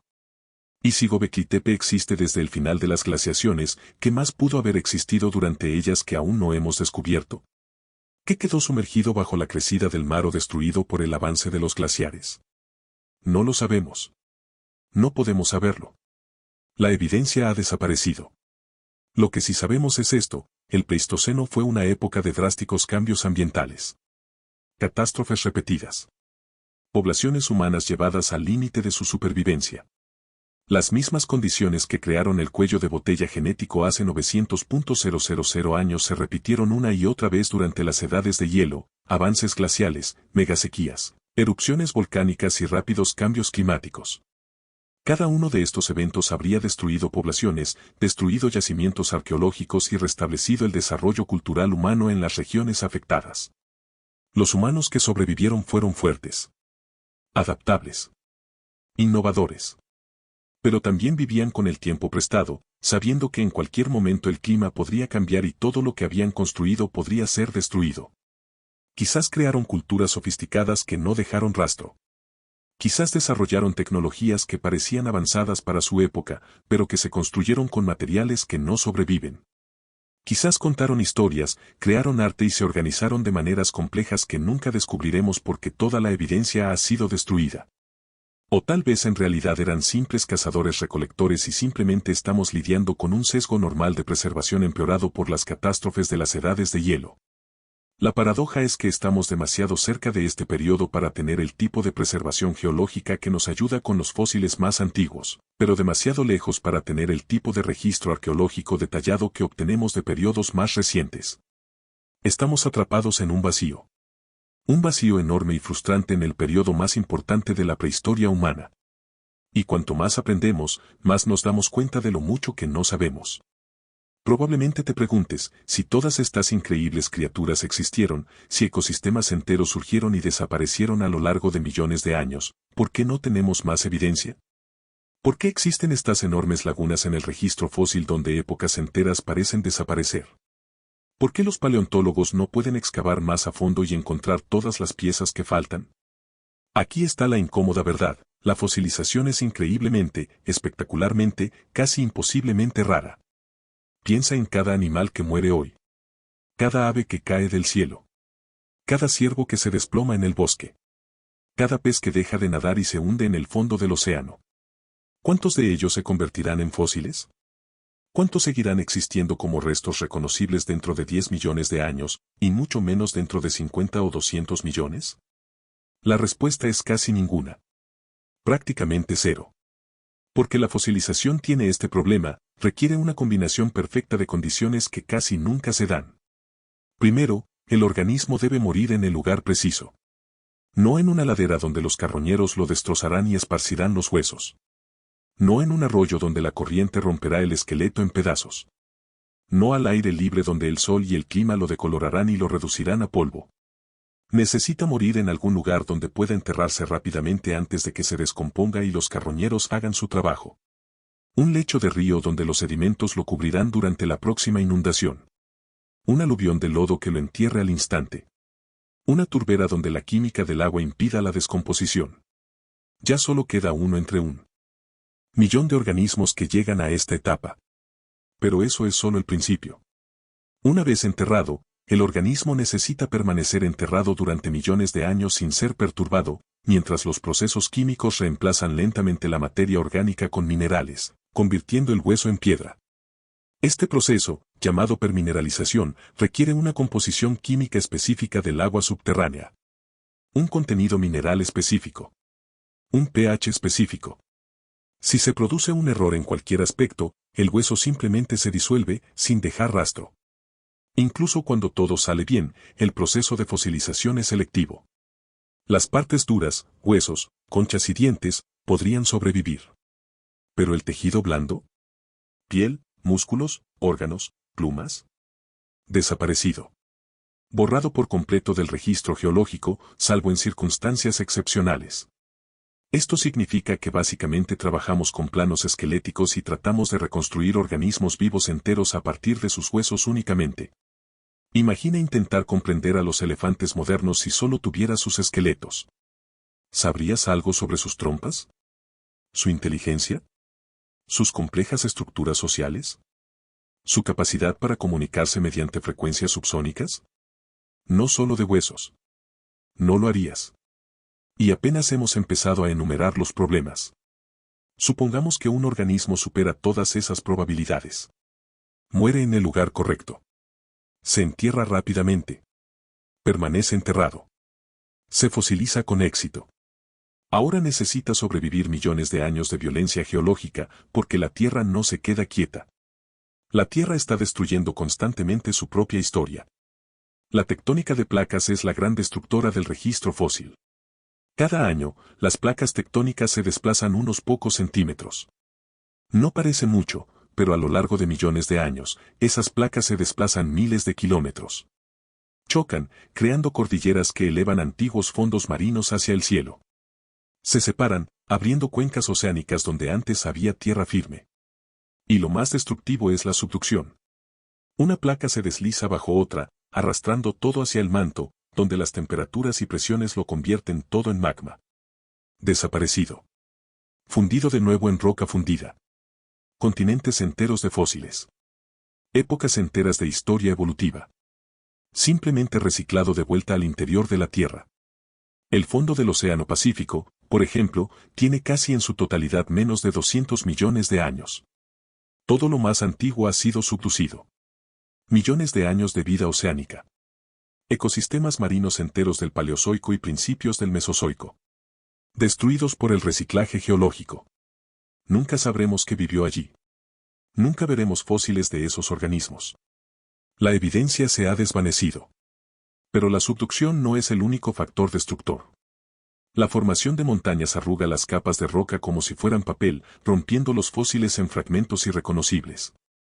Las erupciones volcánicas entierran yacimientos fósiles bajo metros de roca ígnea o los calientan hasta que los restos orgánicos se queman por completo.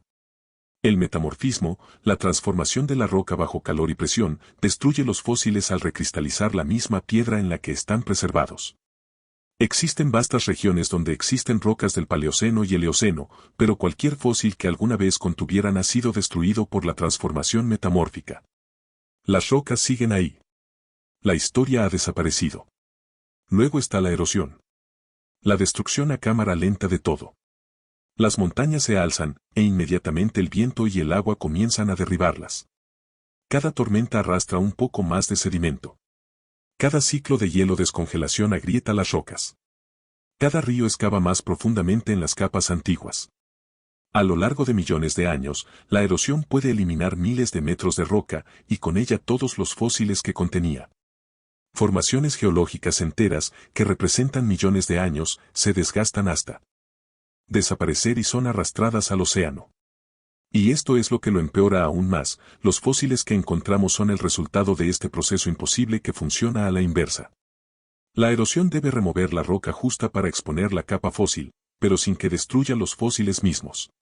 Entonces, por pura casualidad, un paleontólogo debe encontrarse en ese lugar exacto durante el breve periodo geológico, quizás unos cientos de años, en que los fósiles quedan expuestos antes de que la erosión termine de destruirlos. Las probabilidades son astronómicas. La mayoría de los fósiles que sobreviven a la fosilización y a millones de años de violencia geológica nunca se descubren. Están enterrados bajo ciudades, carreteras y tierras de cultivo. Están bajo el agua. Se encuentran en montañas remotas, selvas profundas o vastos desiertos donde ningún paleontólogo jamás buscará. Quedan expuestos durante una tormenta y se erosionan antes de que nadie los vea. Los encuentran personas que no los reconocen como fósiles y simplemente los dejan allí.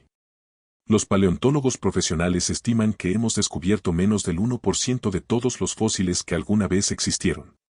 1%. Y recuerda, solo una pequeña fracción de los organismos que alguna vez vivieron se convirtieron en fósiles en primer lugar. Estamos considerando múltiples niveles de improbabilidad. 1 entre 1.000.000 de organismos se fosiliza.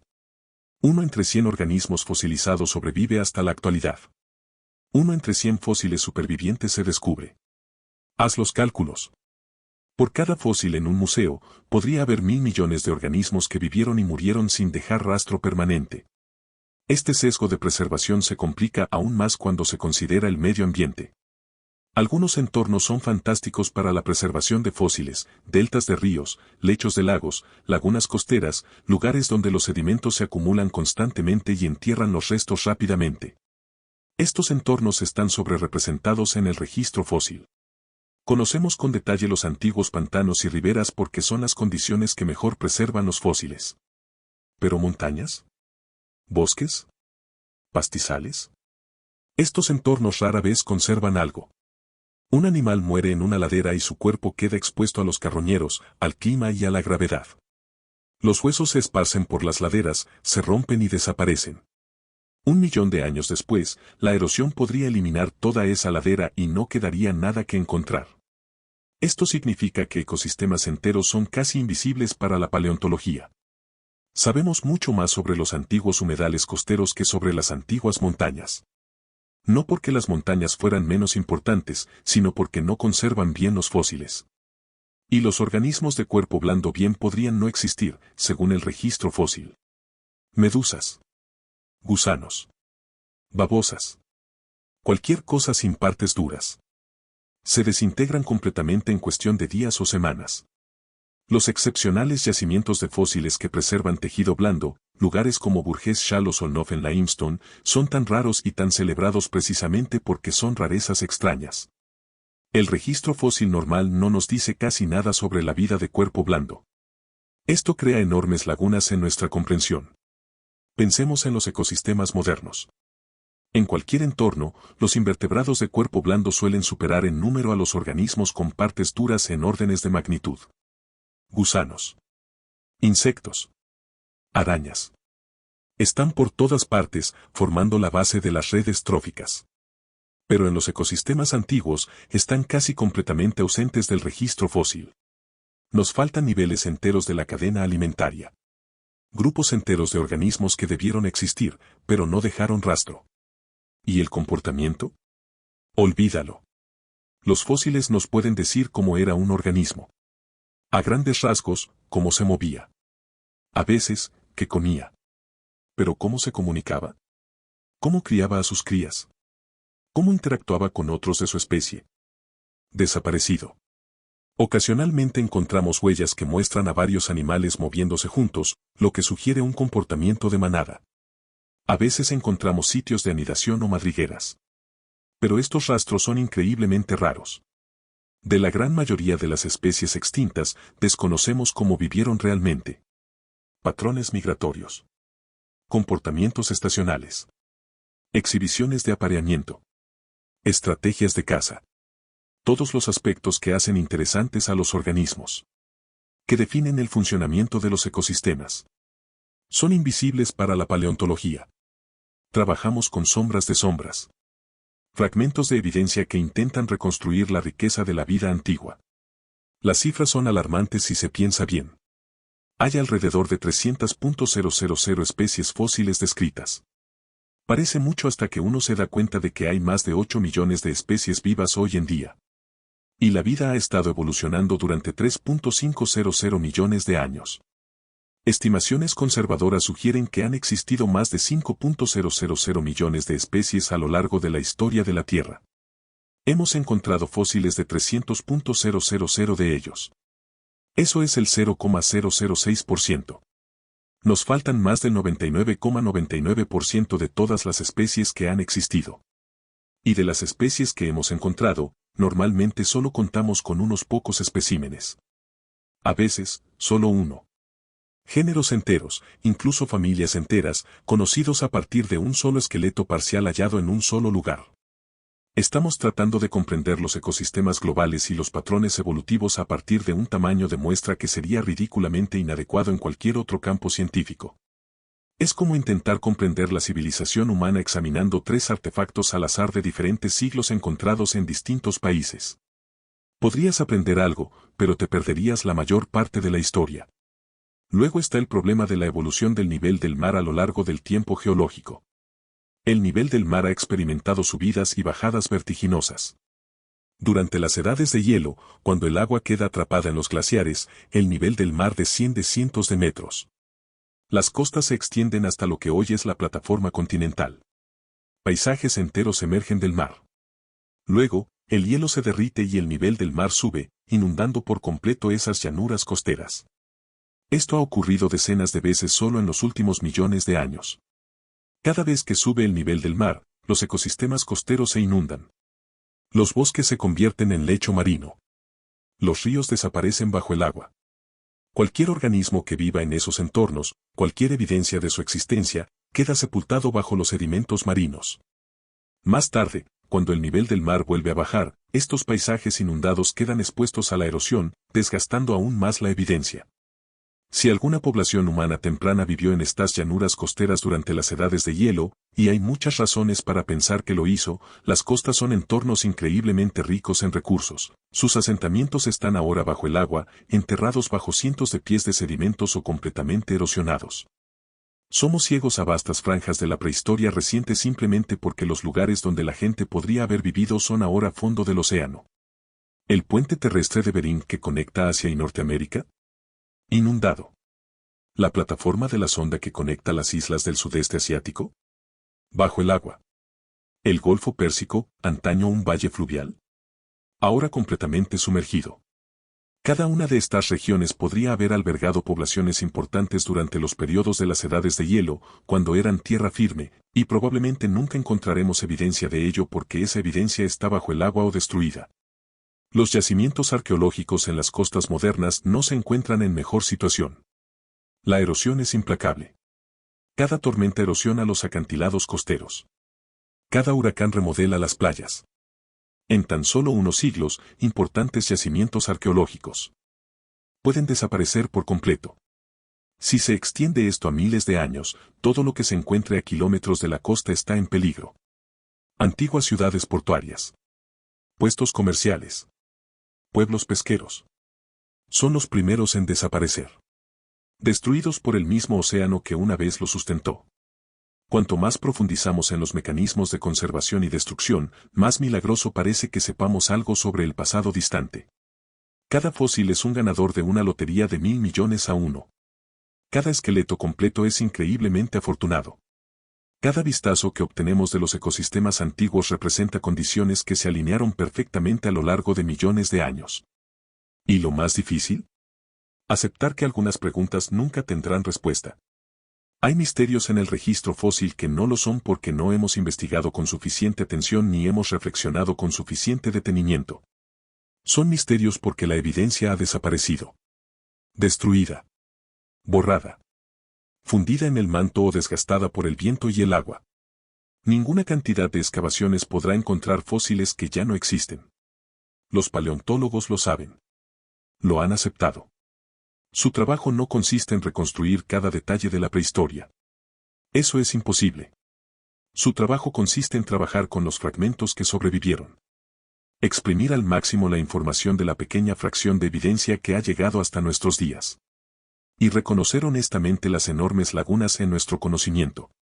Los grandes capítulos de la historia de la Tierra que se pierden para siempre porque la piedra se desmorona y el tiempo es despiadado.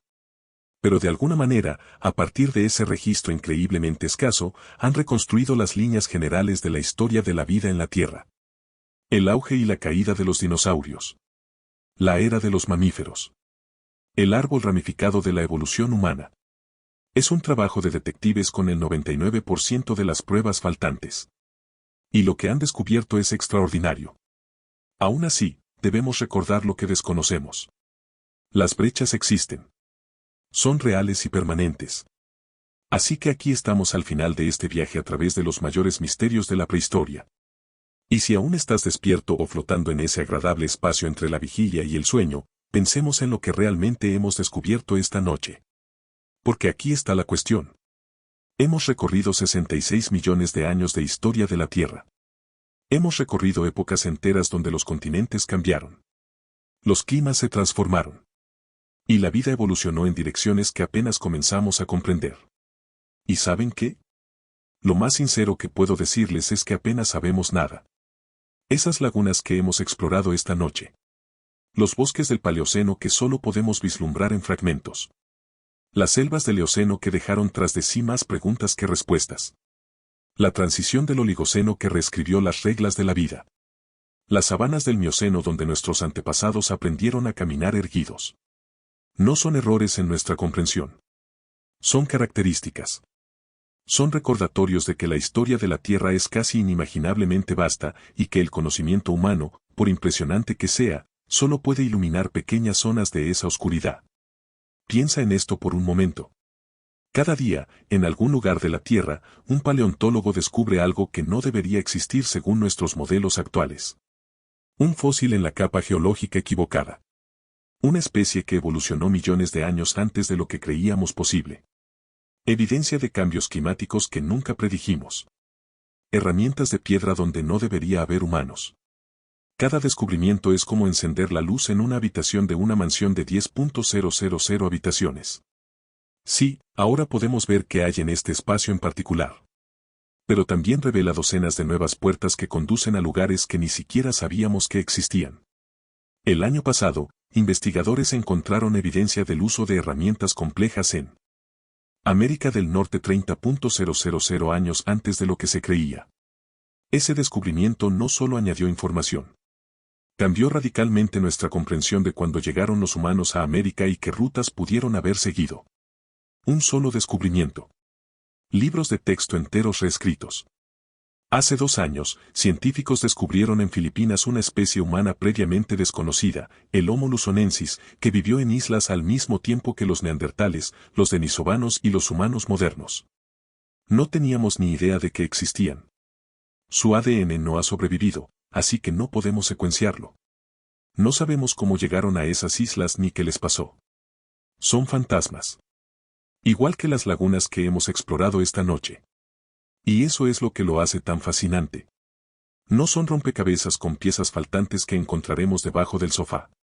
Son rompecabezas cuyas piezas se destruyeron hace millones de años, y estamos intentando reconstruir la imagen a partir de los pocos fragmentos que sobrevivieron accidentalmente. El registro fósil preserva quizás un organismo de cada 10.000 que vivieron. El tejido blando se desintegra. Los huesos se dispersan. Los procesos geológicos reducen la evidencia a polvo. La mayor parte de lo ocurrido en la historia de la Tierra no dejó rastro alguno.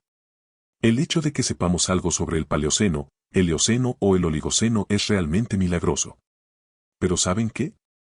Eso hace que cada descubrimiento sea más valioso. Cada fósil. Cada grano de polen antiguo.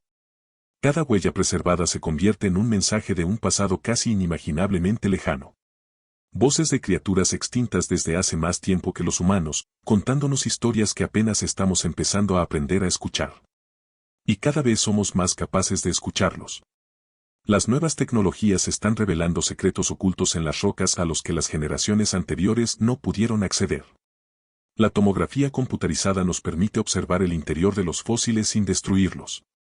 El análisis de ADN antiguo puede extraer información genética de muestras que creíamos inservibles. El análisis isotópico nos revela qué comían los animales extintos, a qué temperatura vivían y cómo se desplazaban por los paisajes. Cada año, las brechas se acortan un poco. No mucho. Quizás unos cuantos miles de años aquí o allá en escalas de tiempo que abarcan millones. Pero esas pequeñas victorias importan. Son la prueba de que lo desconocido no es incognoscible. Simplemente aún no se conoce. Si has disfrutado de este viaje a través de los vacíos en la historia de la Tierra, si estos antiguos misterios han despertado algo en tu imaginación o te han ayudado a conciliar el sueño pensando en el tiempo profundo y los mundos perdidos, hazme un favor. Deja un comentario diciéndome desde dónde estás viendo.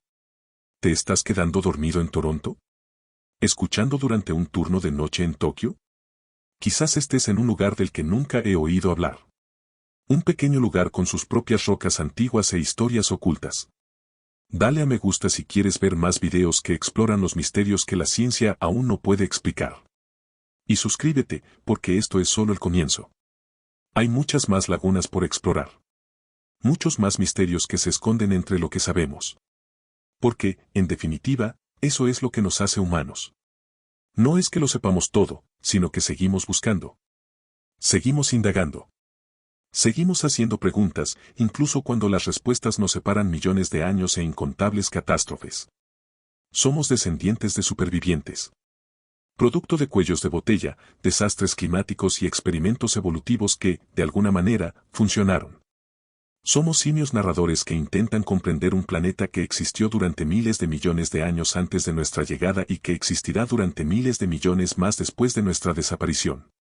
Y, sinceramente, hay algo profundamente reconfortante en eso. Algo de paz en aceptar que solo somos un breve capítulo en un libro interminable, cuyas páginas se han perdido en el tiempo. Así que duerme bien si es ahí a donde vas. Sueña con bosques ancestrales, océanos perdidos y criaturas que nunca serán del todo conocidas. Los huecos seguirán ahí mañana, esperando ser explorados.